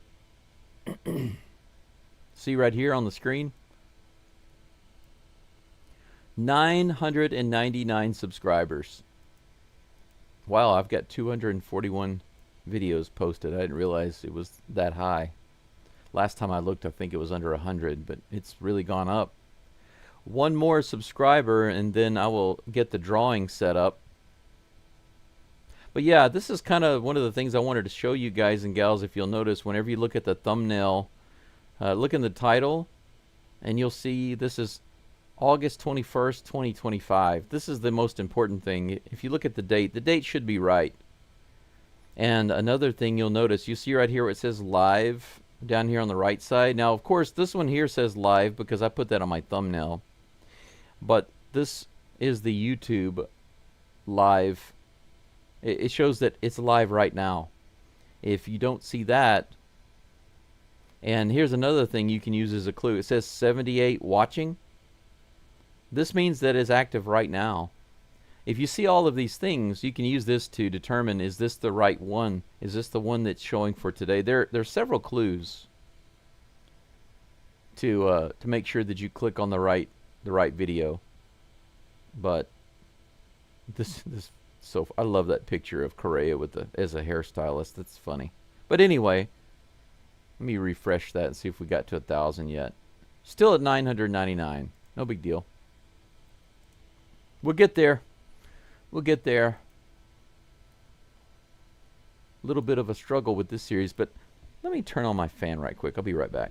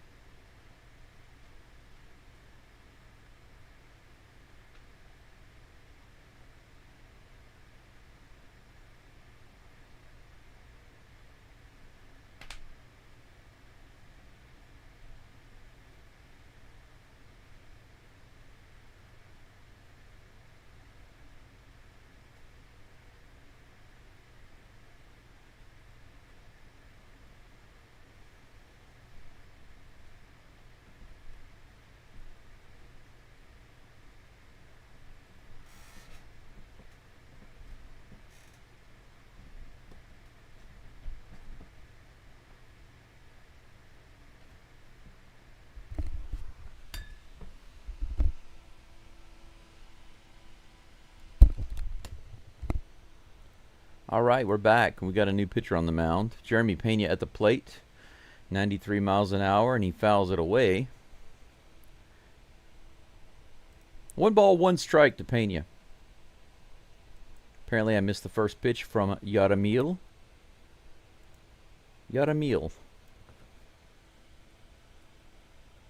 Geraldo. Next, my legs feel so much better just from getting up one time, stretching, and pulling up my compression socks.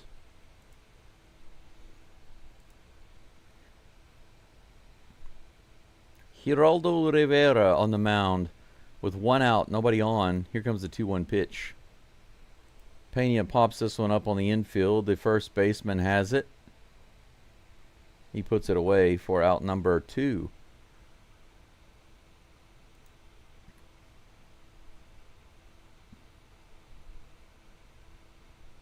Yeah, you're right, Fox at bat. Fox commentators, they're all the same.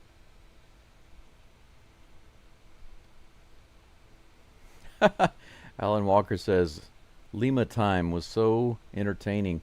Jose Lima. First pitch to Correa on the way. Correa having a really good day today. 2 singles, runs scored, and 2 RBIs. Let's see if he can do something more right here. Big swing, but a miss. 1 ball, 1 strike. I'd like to see him plug one over the fence. Give us a nice even 8. Yeah, hey John. Finally some runs for sure. We got a few of them. Here's the pitch. Swing and a miss on the inside. 88 mile per hour. Was that a changeup? 1 ball, 2 strikes. Did it get to 1K? It's been sitting at 9.99 for like 10 minutes. Swing and a miss. Swing and a miss. Strike 3. Correa goes down, and that's out number 3. That's it for the Astros in the top of the 6th. 9 hits for the Astros. 7 runs on the board. 2 errors for the Orioles. 5 hits and 1 run. Until I get to like 1,010 subscribers, I'm not going to celebrate. Because what happens is whenever I get to a milestone like that, people will unsubscribe on purpose in order to drop it back below. That's what they did when I got to 800 and when I got to 900. They even did that at 500. When I get to 500, I got up to like 503 subscribers, and I said, "All right, everybody, we got to 500." And then it immediately dropped back down to like 496. A lot of people unsubscribed on purpose just to make it drop below 500. So I expect that to happen here. Yeah, there are always going to be some bots and scammers and jerks, Alan. Some people just will do that for fun, just to mess around. But they think they're cute. But the thing is, several other people do that, so they're not unique. They think that I'm gonna make it. I'm gonna take away that. That's the reason why you don't see it on my screen. I used to have a counter on the screen that showed when I would get to a certain number of subs, but until it gets to be about 10 subscribers over that limit, I don't even bother celebrating. So even if it is at 1,000 right now, I don't think anything about it. It's gonna have to go up a little higher. I mean, right now it does say 1,000 subscribers, so I can't say. I mean, I know it's guaranteed. It's on the way. It's guaranteed. So thank you all very, very much for the 1,000 subscriber goal or achievement. The main thing is that once it gets to a certain point of being at 1,000 for a certain amount of time, YouTube will acknowledge it, and they'll send me a message, and it will say that I've unlocked full monetization and all of these other tools, and that I'll have access to, and that's wonderful. Once that happens, then it's official.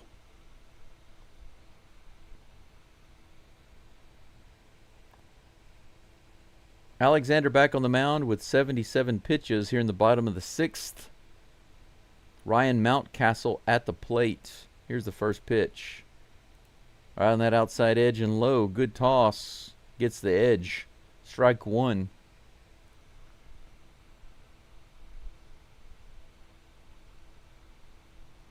Here comes the next pitch, the 0-1.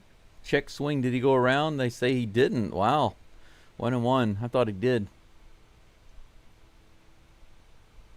Who's the announcer that made the World Series comment? I don't know his name, Fred. One of these jokes. For the first, one down.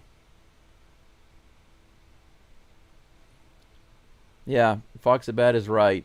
It comes from Fox. It doesn't matter. They're all the same. In Japanese, you can say onaji. Onaji means the same. Onaji desu. It's the same. Colton Cowser comes to the plate. He's the next victim.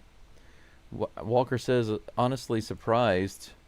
Twisted ankles aren't more common on plays like that. Yeah, I mean, they happen.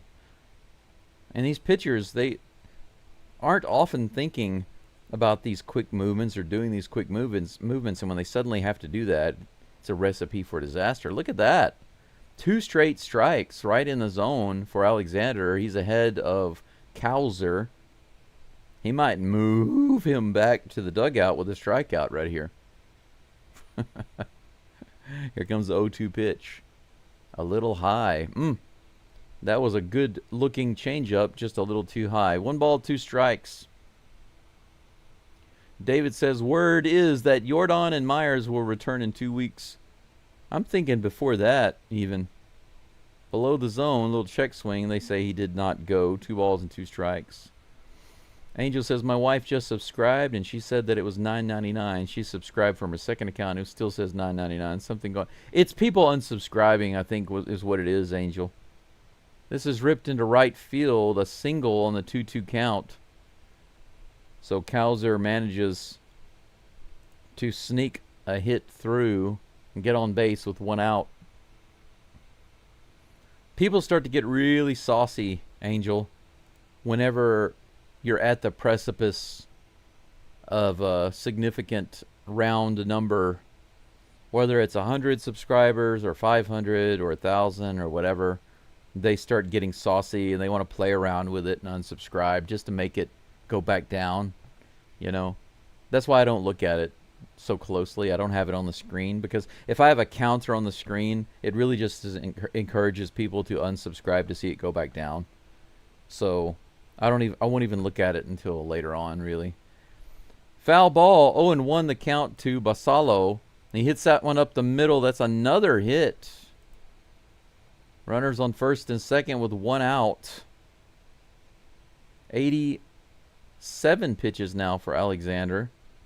He's got 1 out and 2 runners on.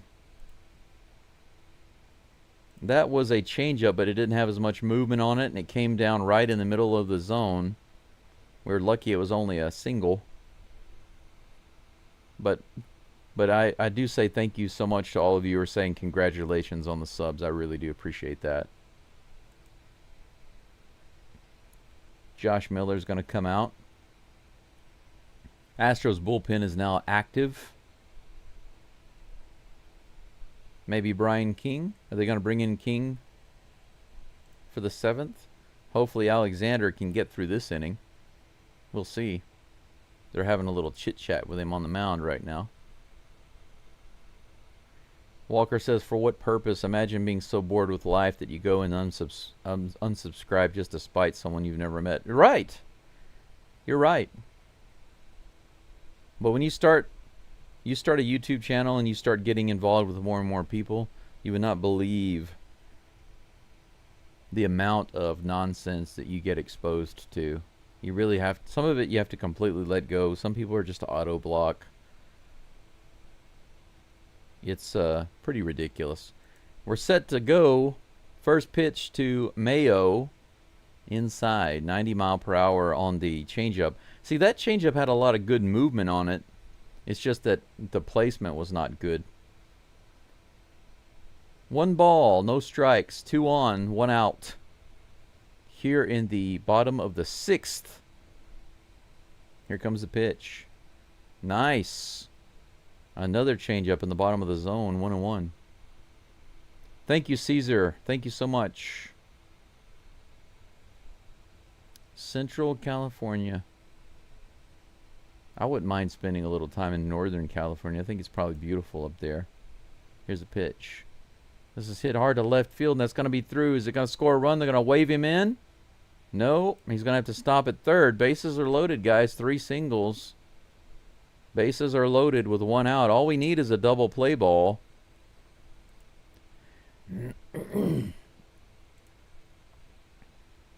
Dylan Beavers.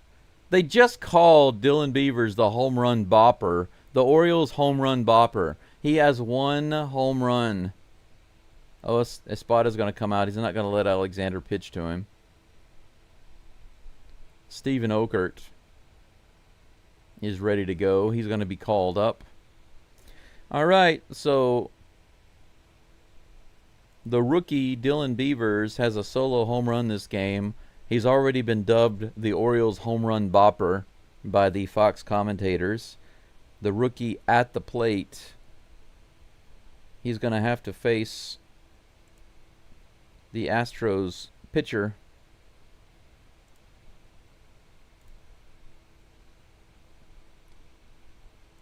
Fried Okert.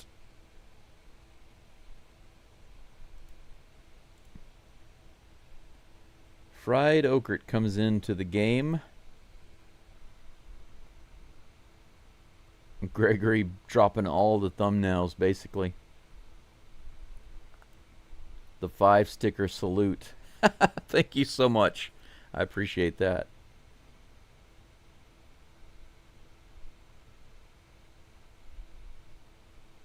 That was a good pitch. In Spanish. In Spanish? How do you say that in Spanish? That was a good pitch. Just bueno. El picho. El picho bueno. El picho bueno. I only studied Spanish for 1 year in high school. That was a long time ago. I just know the basics. Bases are loaded, Jordan. Bases are indeed juiced right now. Yeah, Texas Dave, me likey too. That's what I want to see. I want to see these Fox commentators eat it. Their hero is at the plate right now. The Orioles' big bopper is what they said. The big home run bopper is what they just labeled Dylan Beavers. He has 1 freaking home run in his major league career. And they call him the Orioles' big home run bopper. It wasn't even a big home run. He just kind of stuck the bat out there. I'm telling you, if you go back and look at it, he just kind of stuck the bat out there, and it launched off his bat like it was a loaded baseball. I can't even give him credit for having a good home run there. Fried Okert's in the game. The very first pitch is fouled off. 80 miles an hour on the outside.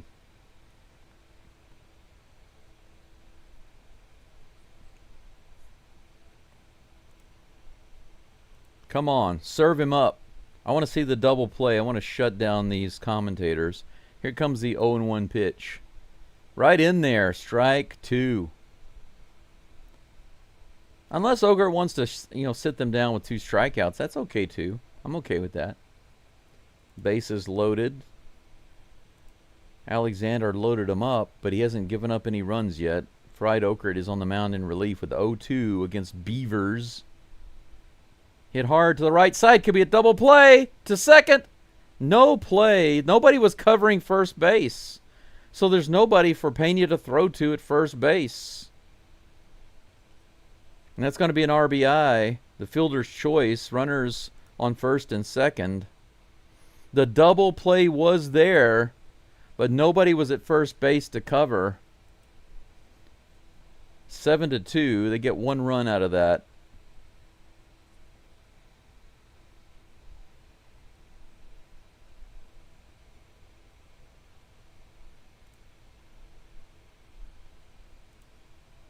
Dylan Carlson comes to the plate with runners on the corners and 2 outs.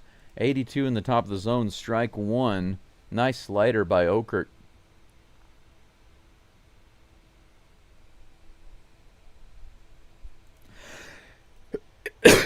Oh, excuse me. I missed the mute button. Swing and a miss, 80 miles an hour. The commentators, big cut from Carlson. That was not a big cut. It was just a swing and a miss. 0-2 is the count.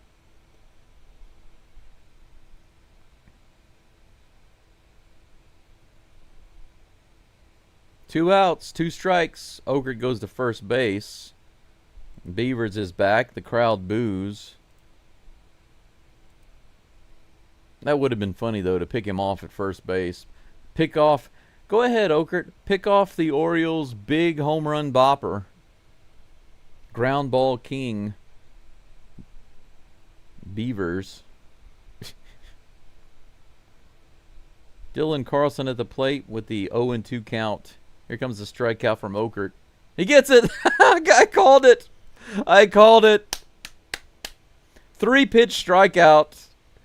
The Orioles come away with 1 run simply because there was nobody covering first base on the double play. 1 extra earned run for Alexander. He ends the day with 5 1/3 innings pitched and 2 earned runs. A decent amount of hits, 8 hits. But once again, a solid performance from Jason Alexander. The Astros are up 7-2 going into the top of the 7th. Okert comes in and serves it up, baby. He gets the double play ball. Unfortunately, nobody covering first base, but it's okay. He has a 3-pitch strikeout on the next batter. We go into the top of the 7th with Jose Altuve due up, followed by Christian Walker and Jesus Sanchez. Yep, keeping the bat boy at bay. Eric says now he can go bopping it in the clubhouse. That's right. You know, probably Eric, that's probably what he listens to. Whenever Beavers goes back to the dugout, he puts in his headphones and he listens to Bop by Hanson. Oh, man. Crispy says the announcers were really loving those bases loaded. Good thing the damage. Yes, you can tell. You could hear the deflation in their voices. And they were exaggerating everything. Whenever the Orioles batters would swing and miss, big cut is what they would say, even though it was just a basic swing. And, oh, that was a nasty slider from Okert. Okay. Yeah, they have to explain it away, right? It was just a nasty, nasty slider, so he couldn't get it. But it was a big swing. It was a big cut. These jokesters. Who do they think they are?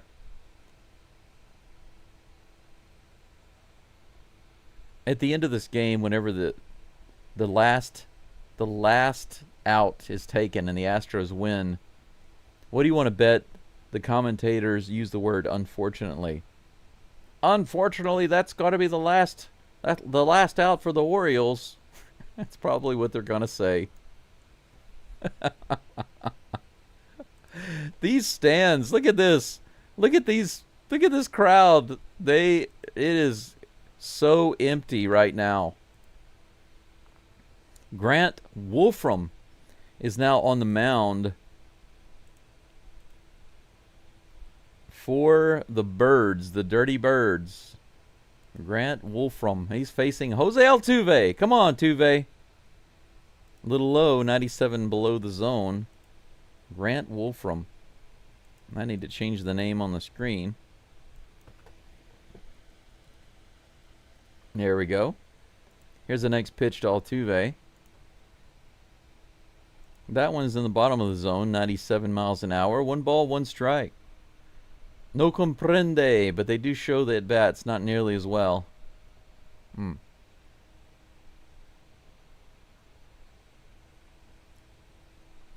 Here comes a pitch.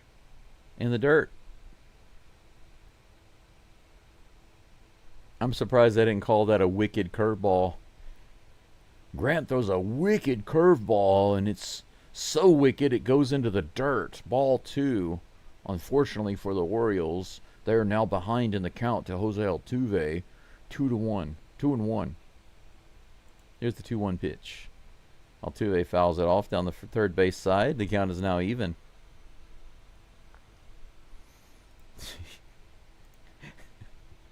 There's nothing I love more than clown commentators, that's for sure.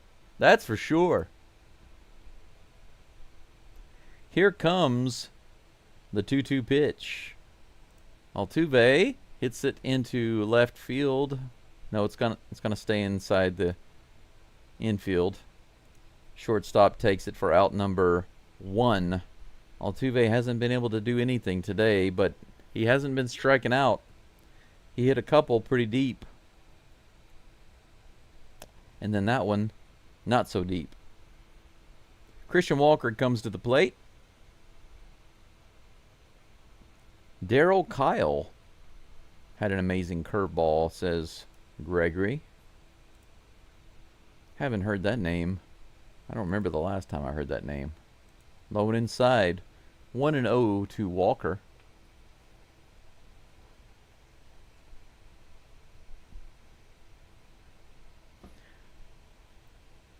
The whole time the Astros are batting, the commentators are just talking about other things. But whenever the Orioles are batting, they're just talking about the Orioles and how great these young guys are. Here comes the 1-0 pitch. This is hit hard down the third base line. Foul. 1 ball, 1 strike. 1 out.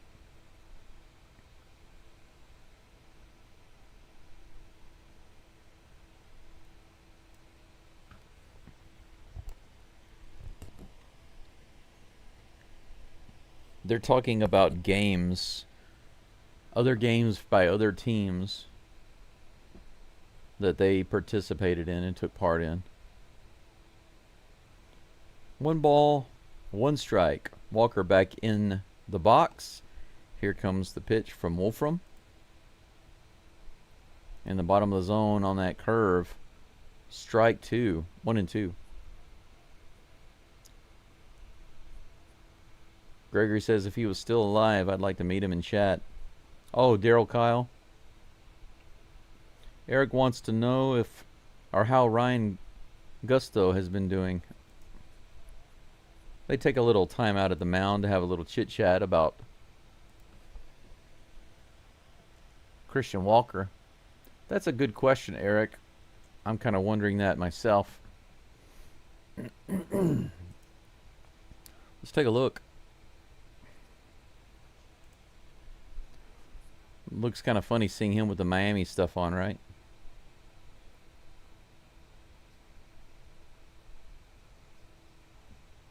ERA is 4.89. Looks like he's still pitching about the same. Next pitch to Walker.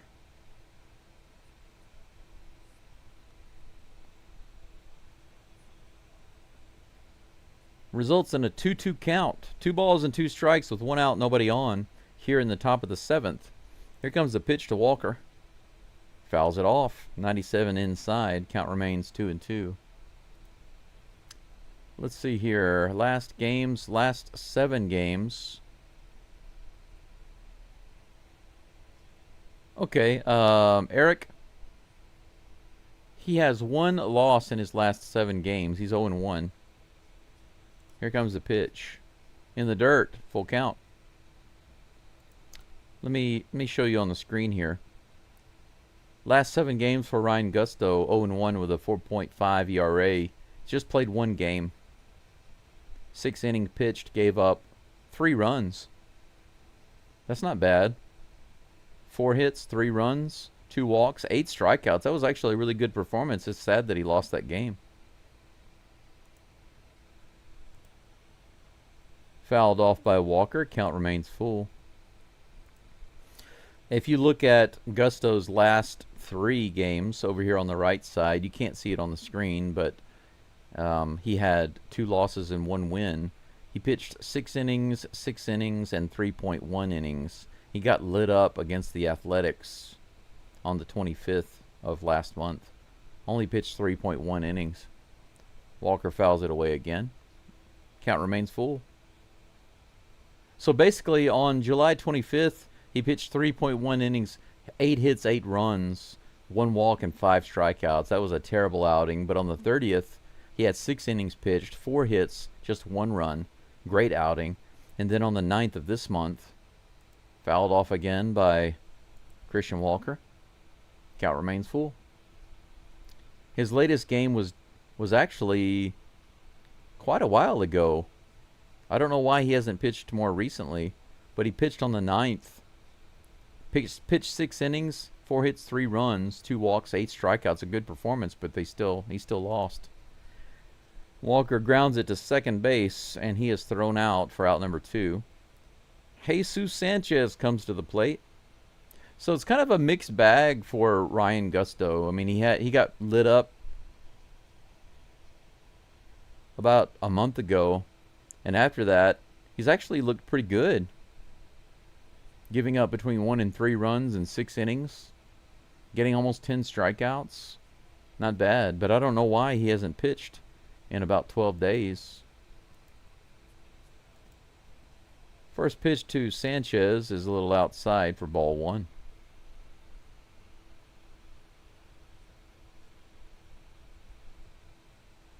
Here comes the next pitch.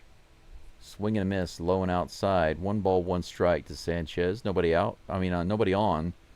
2 outs. Walker says, I'm sure they've been instructed to really sell everything given how bad the session and attendance has been for them so far this year. I bet Gusto's happy he doesn't have to face the A's much anymore. Yeah, he got lit up the last time he played against the A's. This is hit hard into right field. Nice. Right in the gap. Holy cow, 4 hits tonight for Sanchez with that double. He's going to look happy right here. Yeah, he's like, let's keep it going. Keep feeding me, baby. Keep it going. Nice. Sanchez has been earning his money today. All the way out to the wall.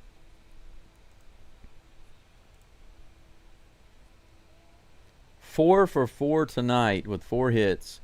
His season high. First pitch to Diaz is in there. I'm telling you, I still feel like Diaz is not done for this game. He's got the 2-run homer, but he's just looking strong right now. Here comes the 0-1 pitch. In the dirt, bounces away. Sanchez is easily going to be able to get over to third base. He rounds it, and he thinks about trying to come home.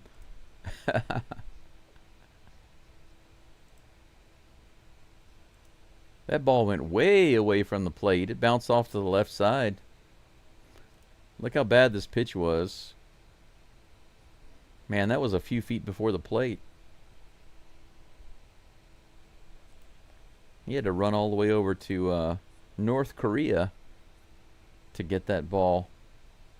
1 ball, 1 strike to Diaz. Sanchez on third with 2 outs. Here comes the toss. That's hit right to the shortstop, who throws it to first, and that's going to be out number 3. Diaz grounds out. Unfortunately, we had almost another runner score. We were just a few feet away from getting our 8th run of the game. But that's going to end at the top of the 7th. We go to the bottom of the 7th. It's 7th inning stretch time, I believe.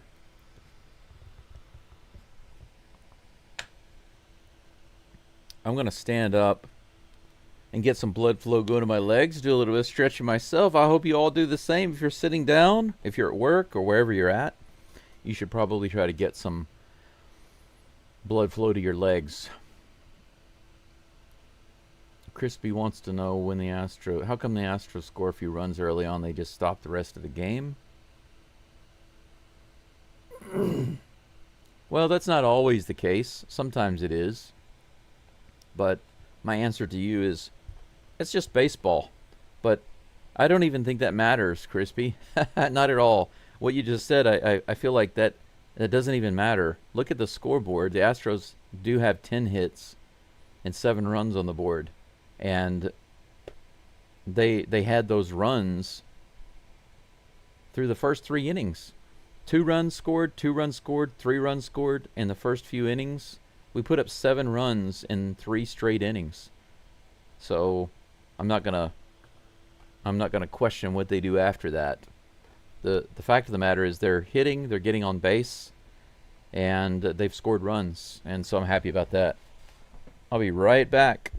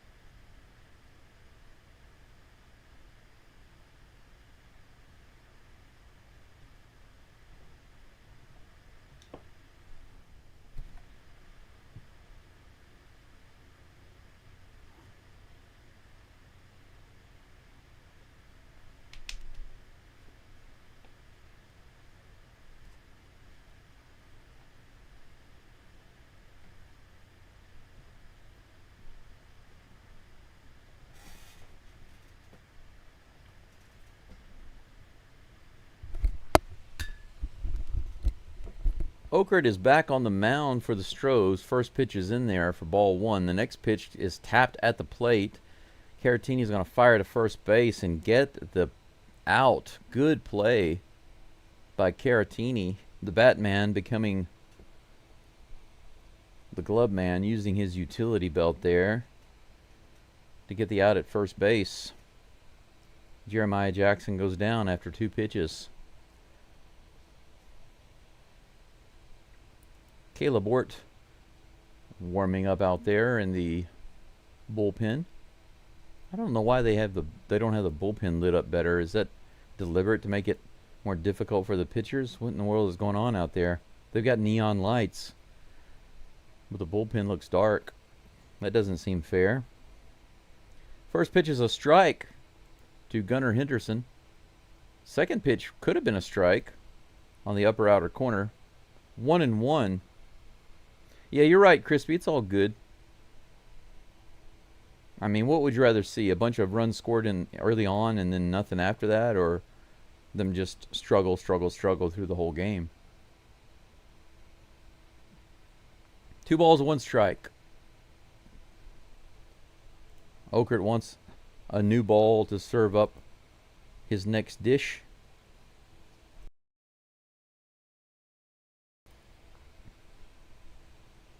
Here comes the next pitch. This is hit high in the air. It feels nice, though, the day that I finally get to 1,000 subscribers. The Astros are hitting the ball and hitting it hard, getting some home runs, getting on base, getting the lucky calls. Pretty good pitching performance. Everything overall is pretty good. 2 balls and 2 strikes with 2 outs. Swing and a miss. Fried Okert served up with pleasure. And that's 3 up and 3 down. Stephen Okert has come in and done his job. Shuts down the Orioles. They don't get anything that inning. As a matter of fact, it looks like they got the first out before I could even get my butt back to the chair. Holy cow. Yeah, that's right. I got up to stretch my legs. I went in there. I relieved myself of some liquid, if you know what I'm saying. And then I bent over and touched my toes, stretched my legs, came back and sat down, and there was already an out on the board. Okert has a 1-2-3 inning. That's the kind of thing I like to see. I don't even have time to stretch and use the toilet. Before I get back, there's already an out. Good job, Stephen Okert. Bottom of the 7th is gone. We are through 7 innings. Top of the 8th coming up. The Astros up 7-2. Victor Caratini, the Batman himself, comes to the plate, followed by Mauricio Dubon and Jacob Melton. Let's see if Caratini can get himself another hit.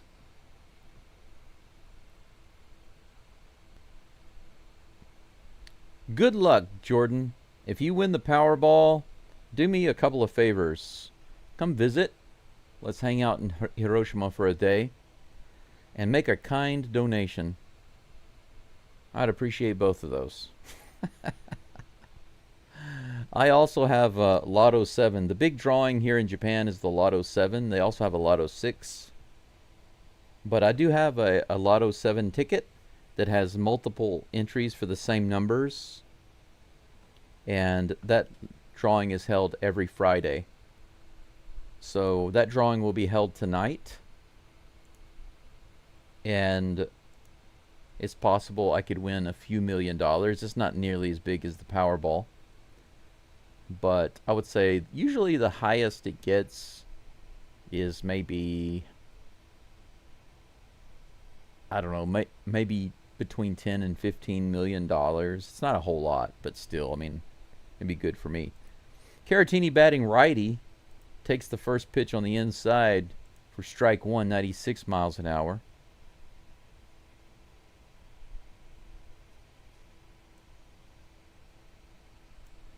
Grant Wolfram still on the mound for the Orioles. That's high and outside. 1-1 is the count. Jordan, I'm glad to hear that. You said you have the game on the TV, but there's really no comparison. I hope not, especially for Astros fans. Caratini opposite field hit. That's hit number 2. Caratini's got him a left-handed hit. Now he's got a right-handed hit against Wolfram, and we have a leadoff runner here in the top of the 8th. 4 AL pennants, 8 straight playoff appearances, 2 World Series titles. Oh yeah, that's not the Orioles, baby. First place right now, about to be by 2 games. Heck yeah. Doobie at the plate. Run on first, no outs. 96 inside, strike 1. That's the same pitch he started Caratini off with.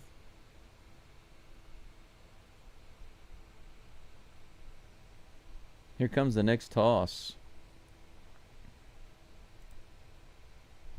Hey, look at that. Might be a hit. Now it's going to be a fielder's choice. Moves Caratini to second base on the light hit to Holiday. 1 out, runner on second. We have a runner in scoring position for Jacob Melton, Blade Rogers. He's looking for his first hit of the game. He has a walk and 1 run scored. Come on. Let's see that hit, Melton. He fouls off the first pitch. He gets the same exact one as the other guy's got, the 96-mile-per-hour fastball on the inside, but he fouls it off. You know, it's interesting, Jordan, you mentioned the $654 million payout, cash payment of $200 million being a ripoff. Here's the next pitch, high and inside, and a terrible half swing there, strike 2. Whenever you win the lottery here in Japan, you get all of the money 100% tax-free. You get all of it. So if I win $15 million, they put $15 million directly into my account. Here comes the 0-2 pitch. Little outside. 1 ball, 2 strikes. Jordan says I'm aiming for the $1 million prize, not greedy. Well, you know what? Having a desire to win the Powerball or have a lot of money, there's nothing greedy about that. Greed is, it's the love of money that's the problem. The desire to have it in abundance. There's nothing wrong with that. Melton also grounds out to second base, sending Caratini over to third. That's funny. So Caratini gets a single.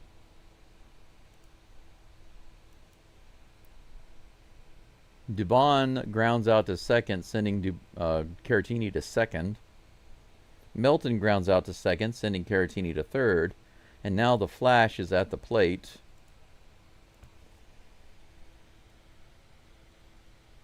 Here comes the first pitch.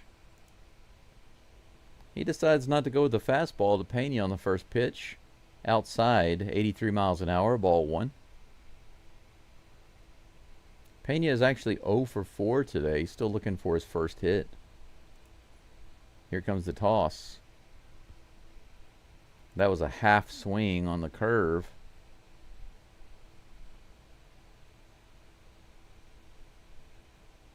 One ball, 1 strike. The Fox commentator said that the pitcher is actually making the Astros bats look silly here in the 8th inning, including that swing by Pena. He literally just said that.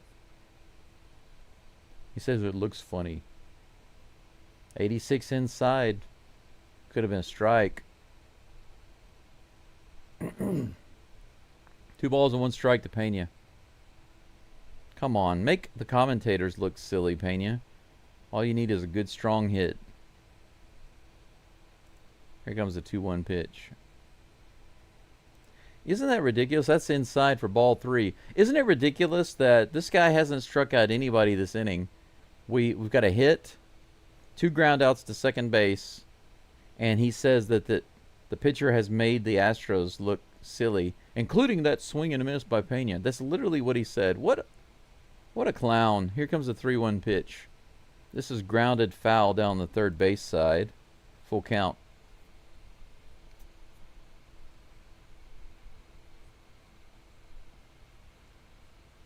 Yeah, greed is... Well, not necessarily sharing, but I do believe that as things are coming to you and you're able to help other people, you should be doing that. I think that's what you mean, and I agree with that.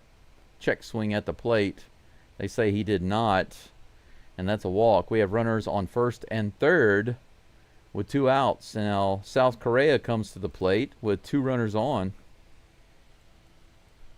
All right, so Pena finally gets on base today with a walk. Correa's 2 for 4. A couple of singles, runs scored, 2 RBIs. He's been pretty hot.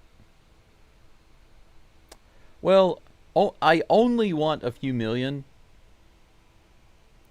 To say that I only want a few million, I think it's better to just say I desire to have access to unlimited funds. There's nothing wrong with that. Right field, and it's going to be right at the right fielder. A line drive shot on the very first pitch. Man, that was a nice looking hit by Correa on the very first pitch, but right at the right fielder. Just unfortunate. And that will end the inning. We go, or rather the end of the top of the 8th. We go to the bottom of the 8th. The Astros up 7-2. 1 hit, 1 walk, and nothing comes of it. We'll see who's on the mound for the Astros in the bottom of the 8th in just a moment.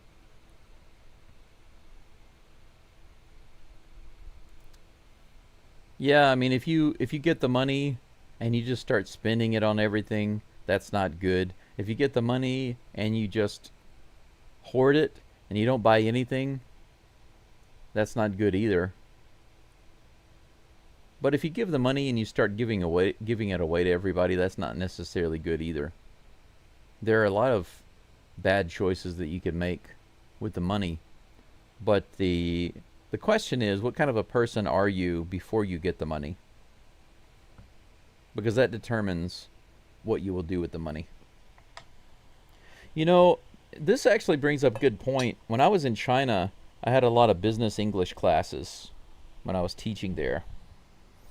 And one of the things that a lot of Chinese believe, and of course there are even a lot of Westerners and Americans that believe this, and in every culture I guess you could say that there are a lot of people that believe this, but there's this belief that money changes people. And so many Chinese say, I want a promotion, but not too much of a promotion. I want some responsibility, but not too much responsibility. I want money, but not too much money.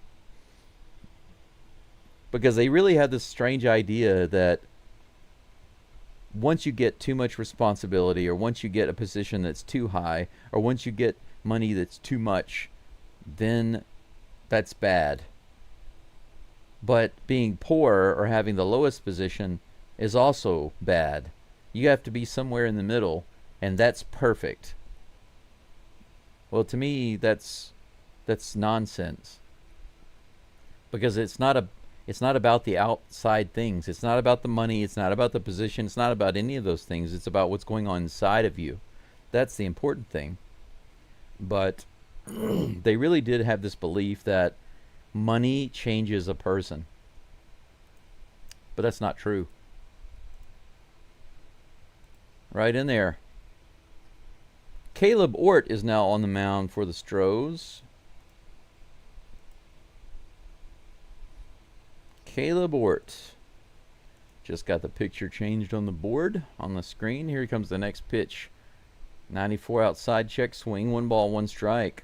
Ort does have a strong arm, so he's able to throw, I would say probably about a 96, maybe even sometimes 97 mile per hour fastball. Here comes the next pitch. Grounded up the middle. Altuve backhands it. Fires over to first. Out number 1. Mountcastle goes down. Colton Cowser is going to come to the plate. Sometimes people say, no, you're wrong. Money does change people. It causes people to change and act in different ways. No. You don't understand. Money is an amplifier.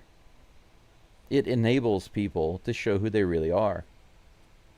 Here's the pitch. In the dirt. First pitch in the dirt to Cowser, 1-0. Think about this. Do you really believe that a person is good-hearted and kind and wonderful and loyal, and then suddenly they win the lottery and they go crazy because money suddenly changed? That's just stupid. That's a stupid idea. Getting a ton of money doesn't turn you into a different person overnight. That's stupid. That's impossible. Here comes the pitch. In the dirt again. 2 balls and 2 strikes. I'm sorry, 2 balls and no strikes. Money just amplifies who you already are.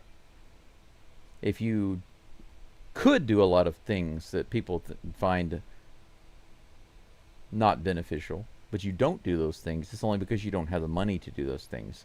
But when money comes in, it reveals who you really are. 3 balls and no strikes. That one was outside. Here comes the next pitch from Ort. Right on the outside edge. Just barely gets that strike. 3-1 to Cowser.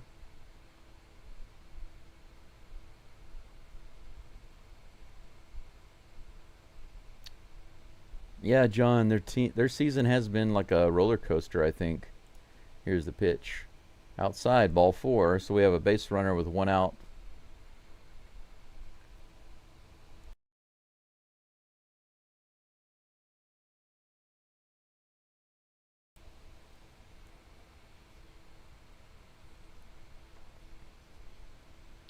John points out the Astros 4-7, the Mariners 3-7 the last 10 games. Pretty funny. You're right, that is funny. Perfect time to break down, right? This is hit hard to the right field side and against the wall for strike 1. Runner on first base with 1 out. Samuel Basallo at the plate with the 0-1 count.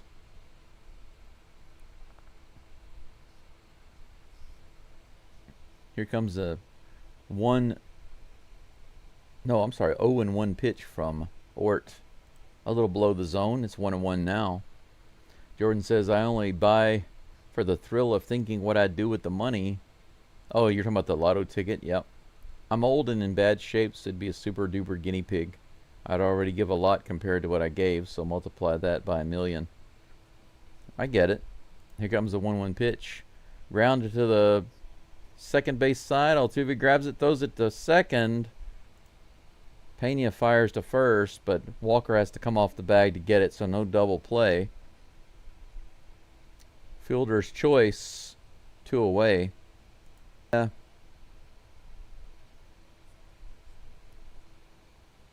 Problem there was just a bad throw from Pena.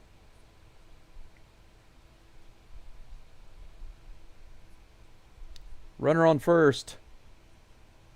Kobe Mayo comes to the plate with 2 outs. First pitch on the way. 96 in the bottom of the zone. He fouls it off. Strike 1. Jordan says, one time I got a lot of money and I got greedy. Told God not to ever allow me any substantial money if it was going to make me like that. Well, the money didn't make you like that. 84 on the inside. Strike 2 to Mayo.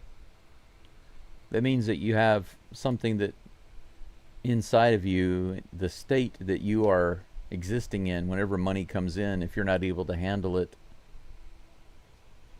that's from the inside out, not from the outside in. They take a little time out on the mound. Caratini going to have a little chit-chat with the Ort.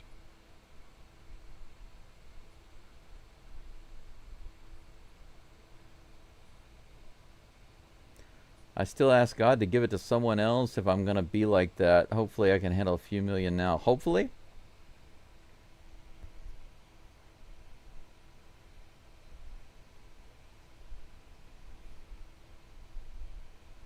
Well, like I said, money is an amplifier. It is an enabler.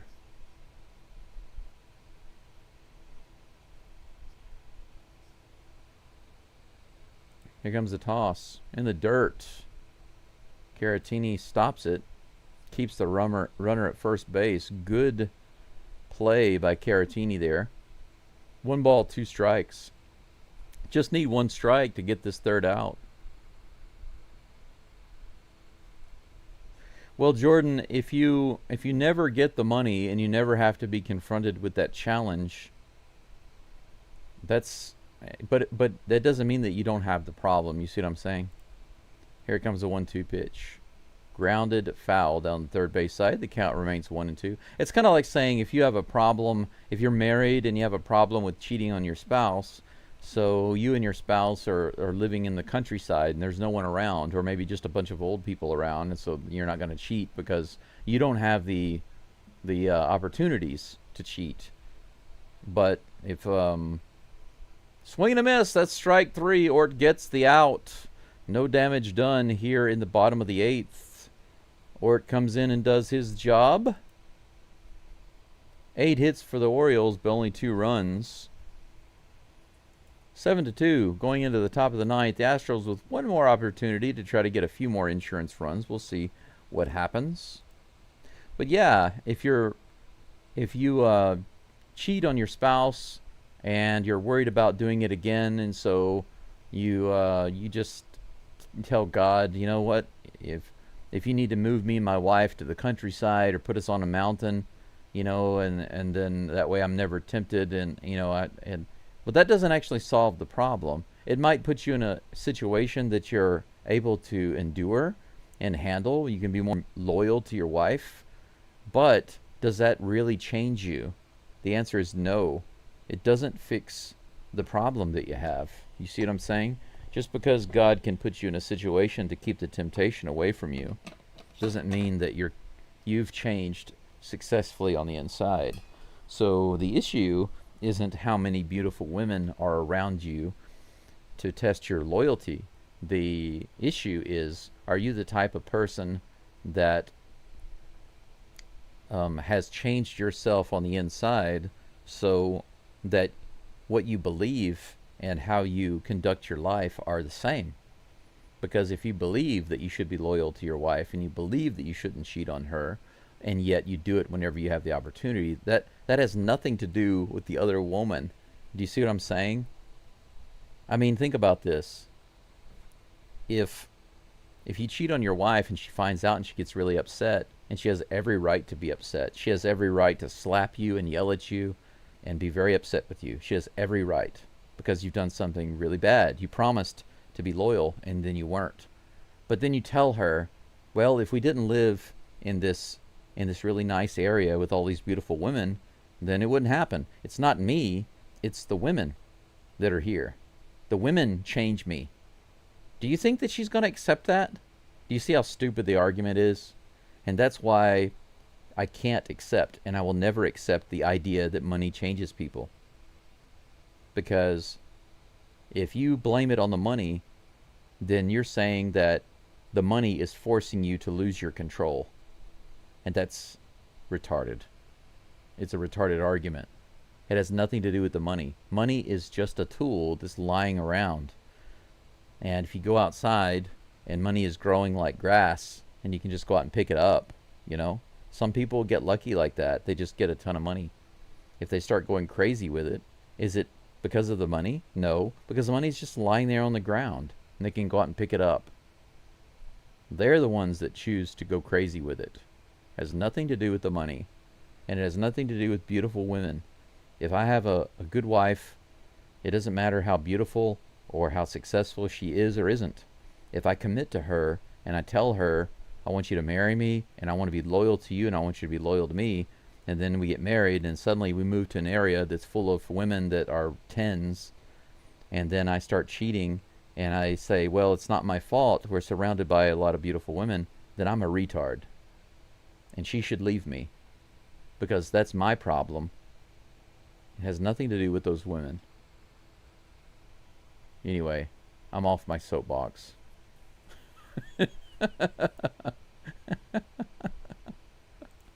I think all of the ladies and even the men will agree with me on that. Can you imagine how you would feel if your spouse cheated on you and then they said, well, it's not my fault. The people around here are just too beautiful. That's silly. All right. 0-1 pitch to Walker. He rifles it. to Henderson, who fires it over to first base for the out. For some reason, the MLB site defaulted my video screen to starting soon, so I had to refresh it. 1 out. No, 2 outs. I missed the first out. While I was trying to reload my screen, there were 2 outs. 2 up and 2 down. Sanchez is at the plate. He might go 5 for 5. Jesus Sanchez has an opportunity to go 5 for 5 today. 3 singles, a double, a run scored, an RBI. Here comes the 0-1 pitch from Corbin Martin. That's outside, 1-1. Corbin Martin.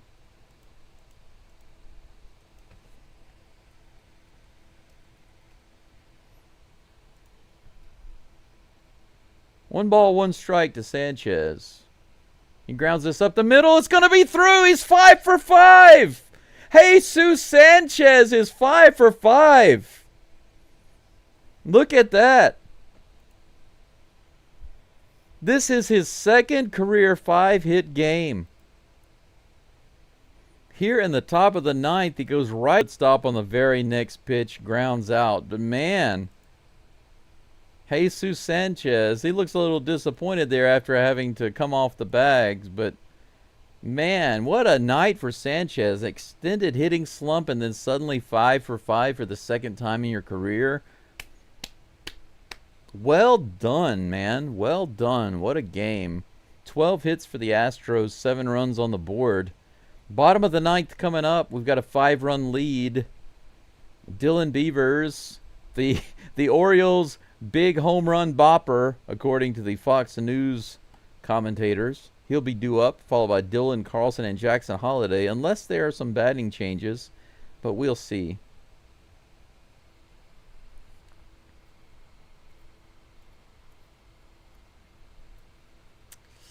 Jordan, that's you said I'm totally wrong and don't get what you're saying about how money can change you. I think that's a little rude to talk to me so directly. Okay. I see you got several comments here, but actually, ironically, you're missing what I'm saying. Yeah, the Rangers did fall off of a cliff, John. We don't really have to worry about them right now. They'll be lucky to get to 80 wins. I think they're not going to get more than 82 wins this season. Jordan, I haven't said to you that you're totally wrong. And you should never tell somebody directly that they're totally wrong. That's rude. Because we're just talking about our opinions. And what you're saying about how money can change you. Money can't change you. It has no power to change you. You choose who you are. I choose who I am. Do you get to choose who I am? Do you get to choose how I respond?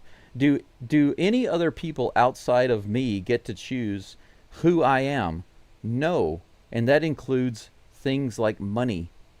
Money doesn't get to decide who I am. So I could tell you very directly, no, sir, you are wrong. You are wrong because money has no power to change me. Money is just a thing. Do you see this? This is my spoon that I use to stir my coffee. Can this change me? No, it's just a tool. I can use it for wrong or for right. Brian King is on the mound for the Astros. First pitch is a strike. He is facing Dylan Beavers. 92 miles an hour. Above the zone. 1 ball, 1 strike.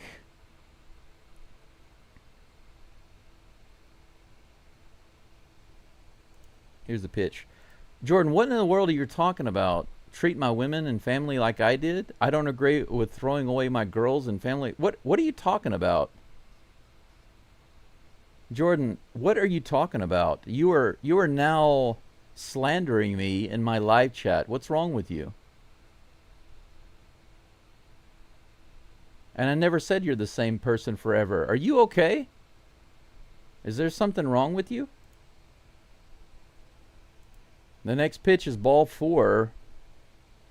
So while I'm trying to figure out what in the world's going on with Jordan, Brian King walks a batter. We have a base runner on with no outs. Brian King on the mound, trying to close it out for the Astros. Here comes the next pitch to Dylan Carlson. That's in there for a strike. 0-1.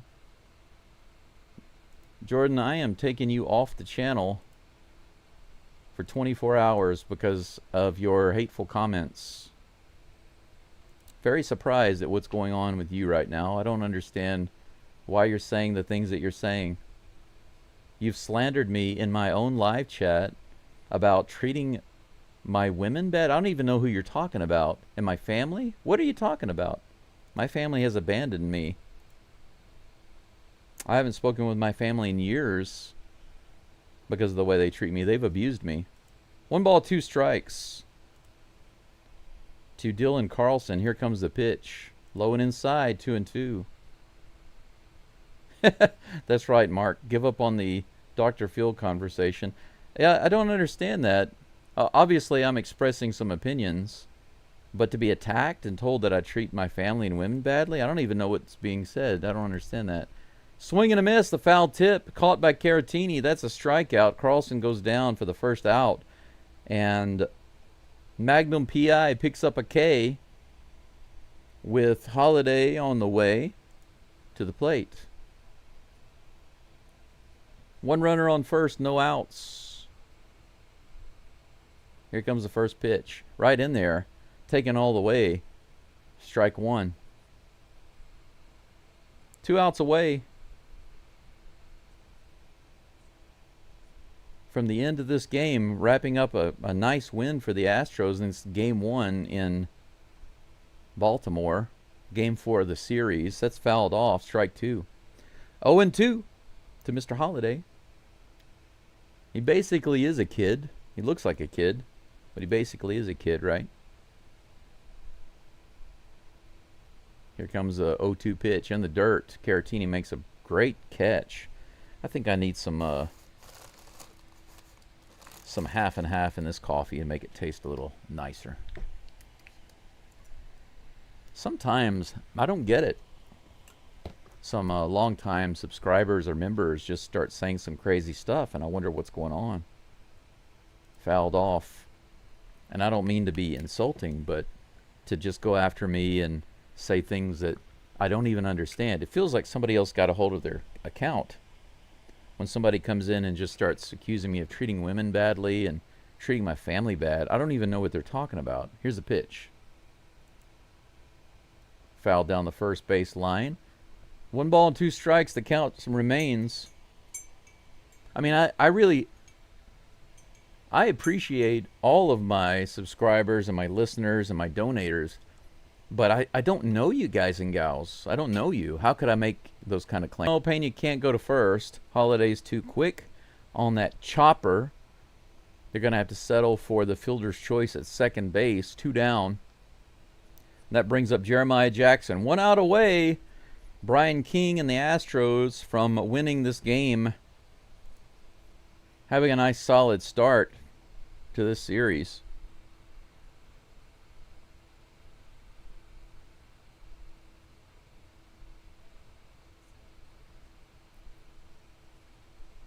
Here comes a pitch. Swing and a miss, 92 miles an hour. 0-1 is the count to Jeremiah Jackson. John B. asks about Craig Kimbrell going to the Astros. It was mentioned, but that's pretty much it, John. Haven't really for it. It would have been a long shot. He makes a great play over there to catch the ball. The old college try. Unfortunately, they're going to give him an error. Runners on the corners with 2 outs. And that brings up Gunnar Henderson. If he had just held on to the ball, we'd have runners on first and second, but whatever, it's okay. I believe in Magnum P.I. 79 right above the zone, 1-0 to Jackson. No, that's not Jackson, that's Mountcastle. No, Gunnar Henderson. Why does it keep changing on the screen? Henderson hits it out into right field. That's going to be right at Sanchez, who's underneath it. Out number 3. The Astros win the game with that fly out. Brian King comes through. No runs given up. 9 hits for the Orioles and 2 errors, 2 runs. 12 hits for the Astros. We got a 2-game lead over the Mariners right now. 1 error for the Astros with that throw by Correa. 7 runs on the board. The Astros win 7-2. How about that?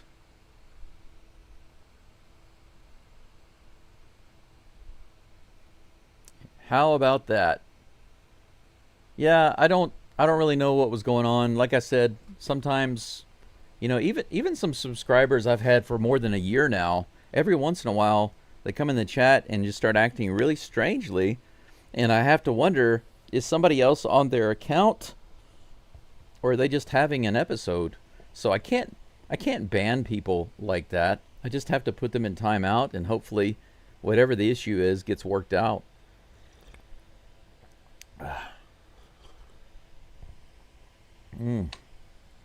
But the main thing right now is that the Astros win. That's the most important thing, is that we are here to see the Astros win this game. And in the AL West, as you see over here on the corner, we're now up 2 games. I want to take a quick look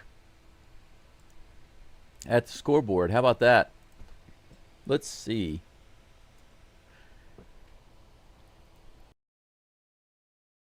By the way, while most of you are still here, I do want to say thank you for the super chats and thank you for the donations. I haven't had a chance to look at all of them yet, but I can tell you in advance today, but based on the dissatisfactory result, or the unsatisfactory result of my visit with the doctor yesterday, I'm going to a clinic today to get a chest scan.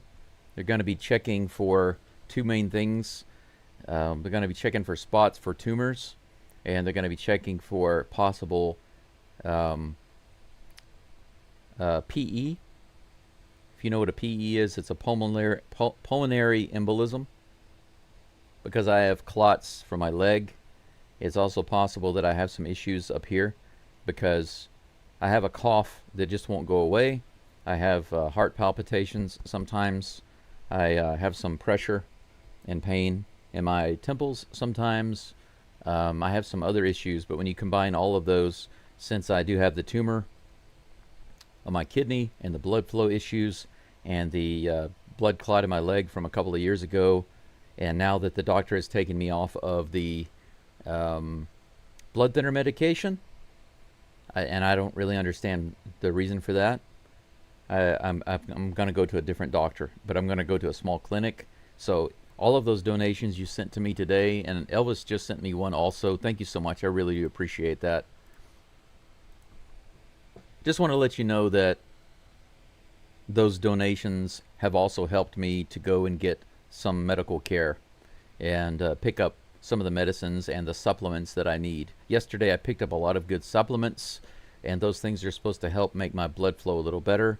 And my hope and my belief is that I can and will get better. My doctor basically gave up on me yesterday. In short words, my long-term care doctor just gave up on me yesterday and doesn't even want to continue giving me medicine to sustain me. He just thinks that I should kind of let my body do what it's going to do, and if I go to the grave or not, you know, just let it happen. And he's not interested in really helping me to figure out how to get better. Not at all. And that was disappointing to me and my hospital counselor, but unfortunately I have to go somewhere else. I'm going to go to a clinic today and get a scan. All of those donations you've sent to me are helping me with supplements and medicines, and I appreciate that very, very much.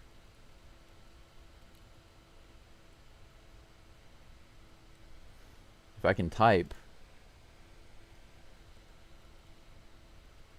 to Elvis, thank you so much.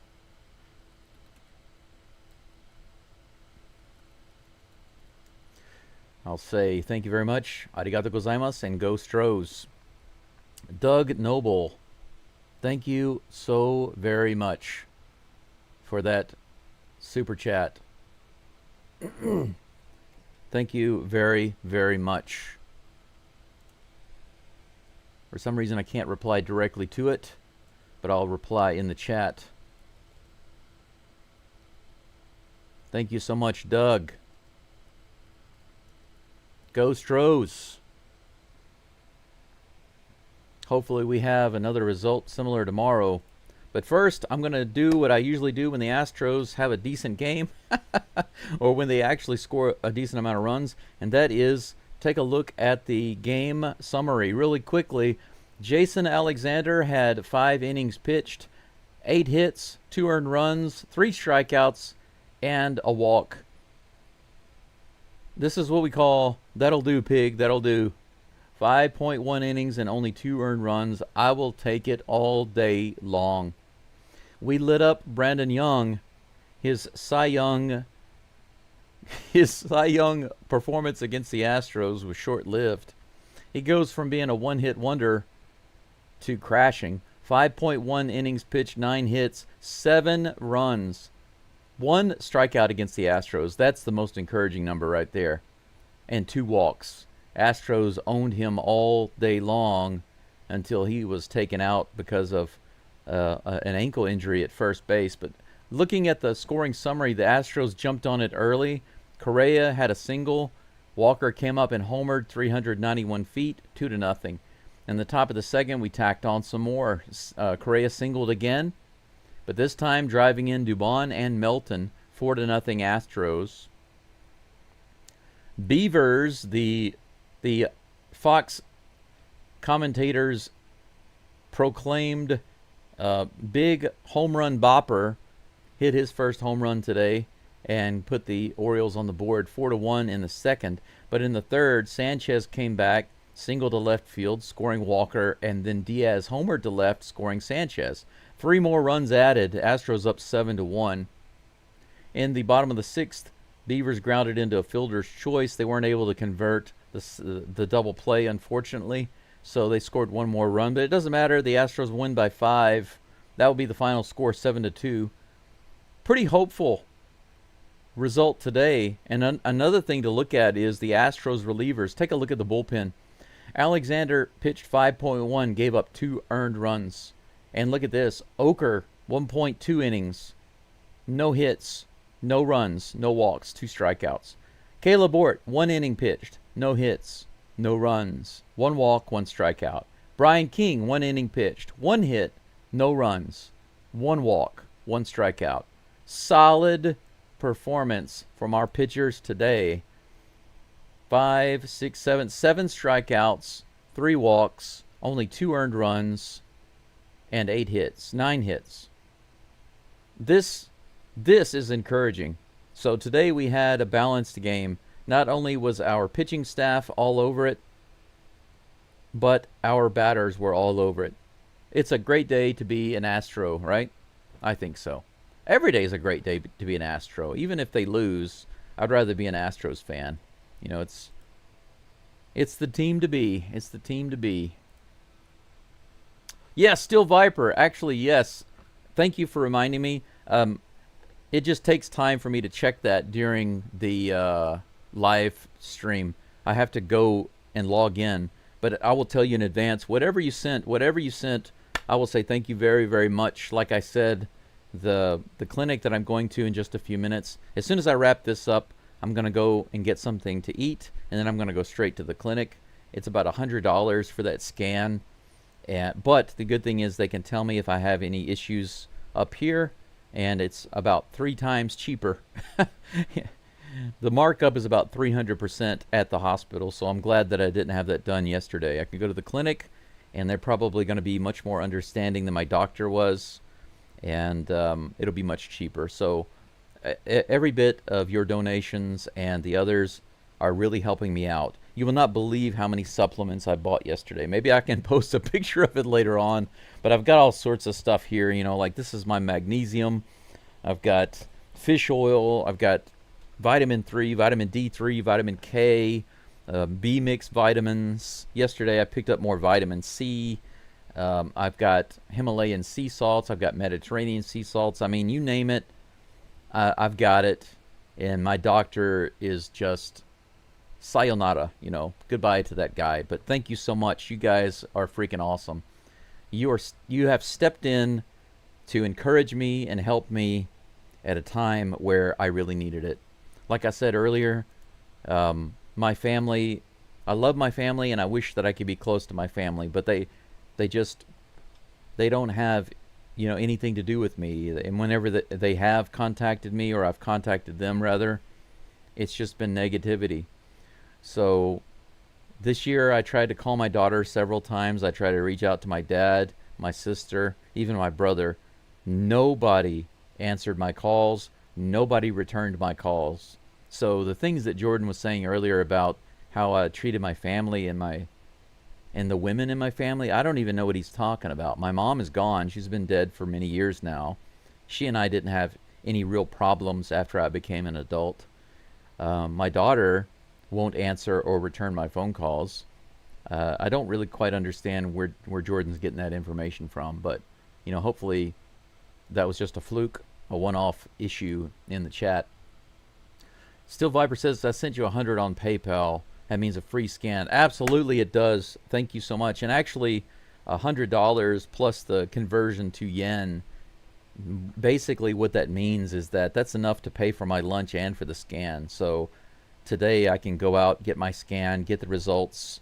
And but I will, this is very important. I need to tell you this, because if they do the scan and they find out that I have some type of clot in my lung, because there's a chance that I do, then they're going to put me in the hospital. And I'm letting you all know this right now, because if they put me in the hospital right now, then I probably won't be able to do much, if any, live stream commentary. But here's what I'm going to do, okay? And I think those of you who are here right now, you can listen to this right quick. I'll be as concise as possible, because I don't want to take up your time. But as soon as I log off this live stream, what I'm going to do is pack up my laptop, pack up a few changes of clothes. I'm going to put all of that into my bag, and then I'll go eat lunch. It's about 11:11 right now. I think by the time I pack up and get out of here, it'll be 12 o'clock. I'll go eat lunch, and then I'll go to the clinic. If the clinic does the scan and they say, yes, you do have a clot and you need to go to the hospital, excuse me. If that happens, then that means that it will be at least a few days. I'll be in the hospital at least for a few days while they try to get that resolved. Depending on the seriousness of it and how long it takes to rectify the situation, that will determine how long I'm in the hospital. Now, if it's really bad, it's something that could turn into many weeks in the hospital. If it's something that is fixable relatively easily with some medication, maybe just a few days. But I will tell you this, regardless, I'm bringing my laptop with me and my headset. I'm bringing everything. Probably I will be in a public room with other patients, so I won't necessarily be able to talk live, or if I do talk live, I'm just going to have to occasionally offer some commentary. But I will still go live as long as I'm awake and able to do it, and at the very least have a live chat. So I promise I will do what I can. I'm not going to do, if it's just not reasonable for me to do it, then I will cancel and let you know. But I'm telling you, I will do my best to still be in the game somehow live, so that we can at least try to do a live chat together. I'm just letting you know in advance what's happening and what's coming up. Now, it's a possibility that I go today and they say your lungs are clear, and if my lungs are clear, then I won't be going into the hospital, but I'll be back home and I'll be on with the game tomorrow as planned. But if for some reason there is something in my lungs that needs to be addressed, then I could be admitted for at least a few days. But regardless, I will be there. And thank you again, Steel Viper. You have been absolutely wonderful. Unbelievably wonderful. I'm not joking when I say that I don't get so much as $1 from my own dad. You know, I've struggled. I've been through some stuff. Everybody has been through some stuff. But you know, I've recovered from a gunshot wound to the abdomen. I've been through a divorce with my wife taking my daughter away. When I was a kid, even in Houston, the doctor said I was going to die because I was so sick. I got over that. I've been in a couple of car wrecks. Luckily, I wasn't injured heavily, and then now this cancer issue and clots in my leg, possible clots in my lungs. But it's okay. I think that those things all happen for the same reason. It's just pushing me. It's forcing me to go a direction that I need to go in order to get to the highest peak. That's the way I feel. If it reminds me of the money thing. If you're always having to overcome things versus the person who's just given things, and then those people get to a point where both of them have a lot of money and a lot of resources, right? Suddenly, which of those people do you think is going to be able to handle it? The person who has overcome many trials, or the person who has just been given everything their whole lives? Obviously, it's going to be the person who's been through many things. So, looking at it from that perspective of truth, how can I be upset about the direction my life has gone? And look what I have here. I don't need my family to be giving me money and support. I've gotten more support from you guys in such a short amount of time. I mean, heck, just Steel Viper and Elvis and Doug and this one live chat, this one live stream, just today, you've done more to help support me and encourage me than my own dad has given to me. And I'm not saying that to be judgmental. I'm just telling you the truth. I love my dad, and I wish we could have a relationship. But, it's just not meant for me right now. Don't know why, but it's okay. Dr. Delay, thank you so much. I appreciate that. And you're on your way to 1,000 subs, too. If you guys are interested in other sports streams, please go check out Dr. Delay's channel. He seems to be a really nice guy. He does a lot of pirate stuff, but we won't hold that against him. But he does other teams and other sports. He doesn't just do the Pirates. He does a lot of other games and teams. If you like a mix of live play-by-play, you can go check out his channel. I am a subscriber to Dr. Delay's channel. If he happens to do a game that I'm interested in listening to, Texans maybe. Well, I'm not a huge football NFL guy, but if you happen to do an LSU Tigers college game, I would definitely listen to that. I'd 100% sure listen to that, Dr. Delay. Just keep that in mind. If you do an LSU Tiger football game, I would definitely listen to that. As long as it doesn't conflict with the Astros live stream, then I'm on board for that game the whole time. But let's see here. Anything else going on? I think... Oh, yeah, I wanted to look at the scoreboard. By the way, for tomorrow's game, I forgot to do the preview for tomorrow's game. So busy telling you about my plans here. Look at this. They give the Orioles a 55.6% chance on the matchup predictor on ESPN to win. Lance McCullers Jr. is back, guys and gals, and he'll be pitching against Cade Povich. Not Mari Povich. Cade Povich. This could be an interesting game. Povich is 2-6 with a 5 ERA. And he's giving up a decent amount of hits, but he's also got a decent amount of strikeouts. Tons of walks, though. He's walking too many guys. And Lance McCullers, we all know what Lance McCullers does. It's a coin toss. Either Lance McCullers will give up 100 runs, or he will strike out 100 batters. Take your pick. But that's the game tomorrow, and it's at the same time as today's game. So Japan time, I'll be here. Assuming that I'm not in the hospital, okay? If I'm not in the hospital, if I'm at home, 10 till 8 in the morning, 7:50 Japan time is when I will be live streaming. You can turn on the notifications. Please click the bell. Thank you, Dr. Delay. Thank you for your prayers. And, Doug, it is a little sad, but at the same time, it's okay. It pushes me to be where I'm supposed to be. That's the way I view any issues, any challenges in life. Yes, please, definitely go check out Dr. D. He seems like a nice guy. But Steel Viper has given me a tremendous amount of support recently. That's been awesome. Elvis has offered a lot of support recently. Doug, of course, thank you for your support today.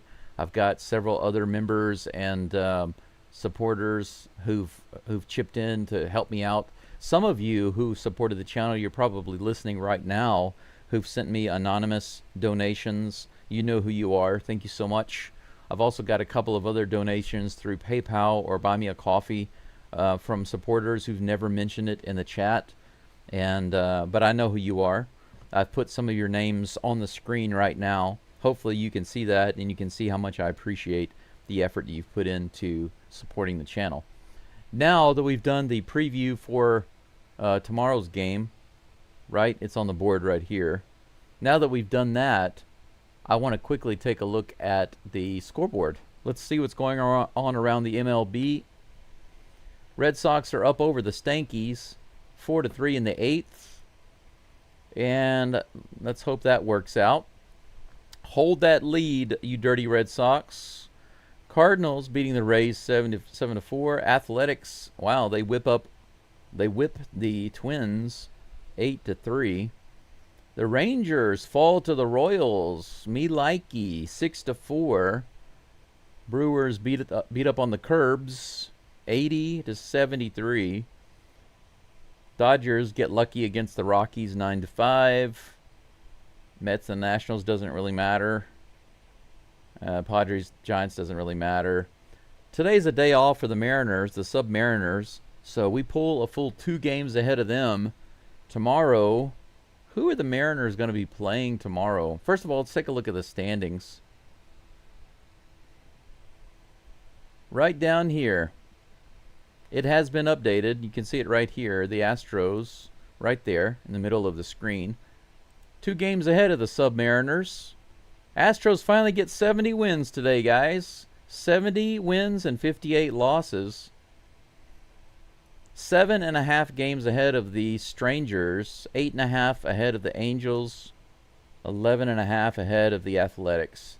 But the most important thing is that the Submariners are 2 games behind. It looks like they will be playing the A's. They are playing in... What's the name of that park again? What's it called? Yeah. Oh, it says T-Mobile. Are they playing? I thought they were playing at the A's, but I guess not. It doesn't matter. They're favored to win. That means they're going to get slaughtered. The A's are going to destroy the Submariners in this series. That's what I think. How many games are they going to play? I hope they play 4 games and the A's win all of them. Oh, they just played 3. 3-game series, but hopefully the A's will sweep the Submariners, and the Astros will benefit from that. Yep. 4-game sweep, J. Paul. That's right. Dr. D says, don't look at the Pirates. I'll save you some face. But, you know, the Pirates have done the Astros a lot of favors recently, so I appreciate that.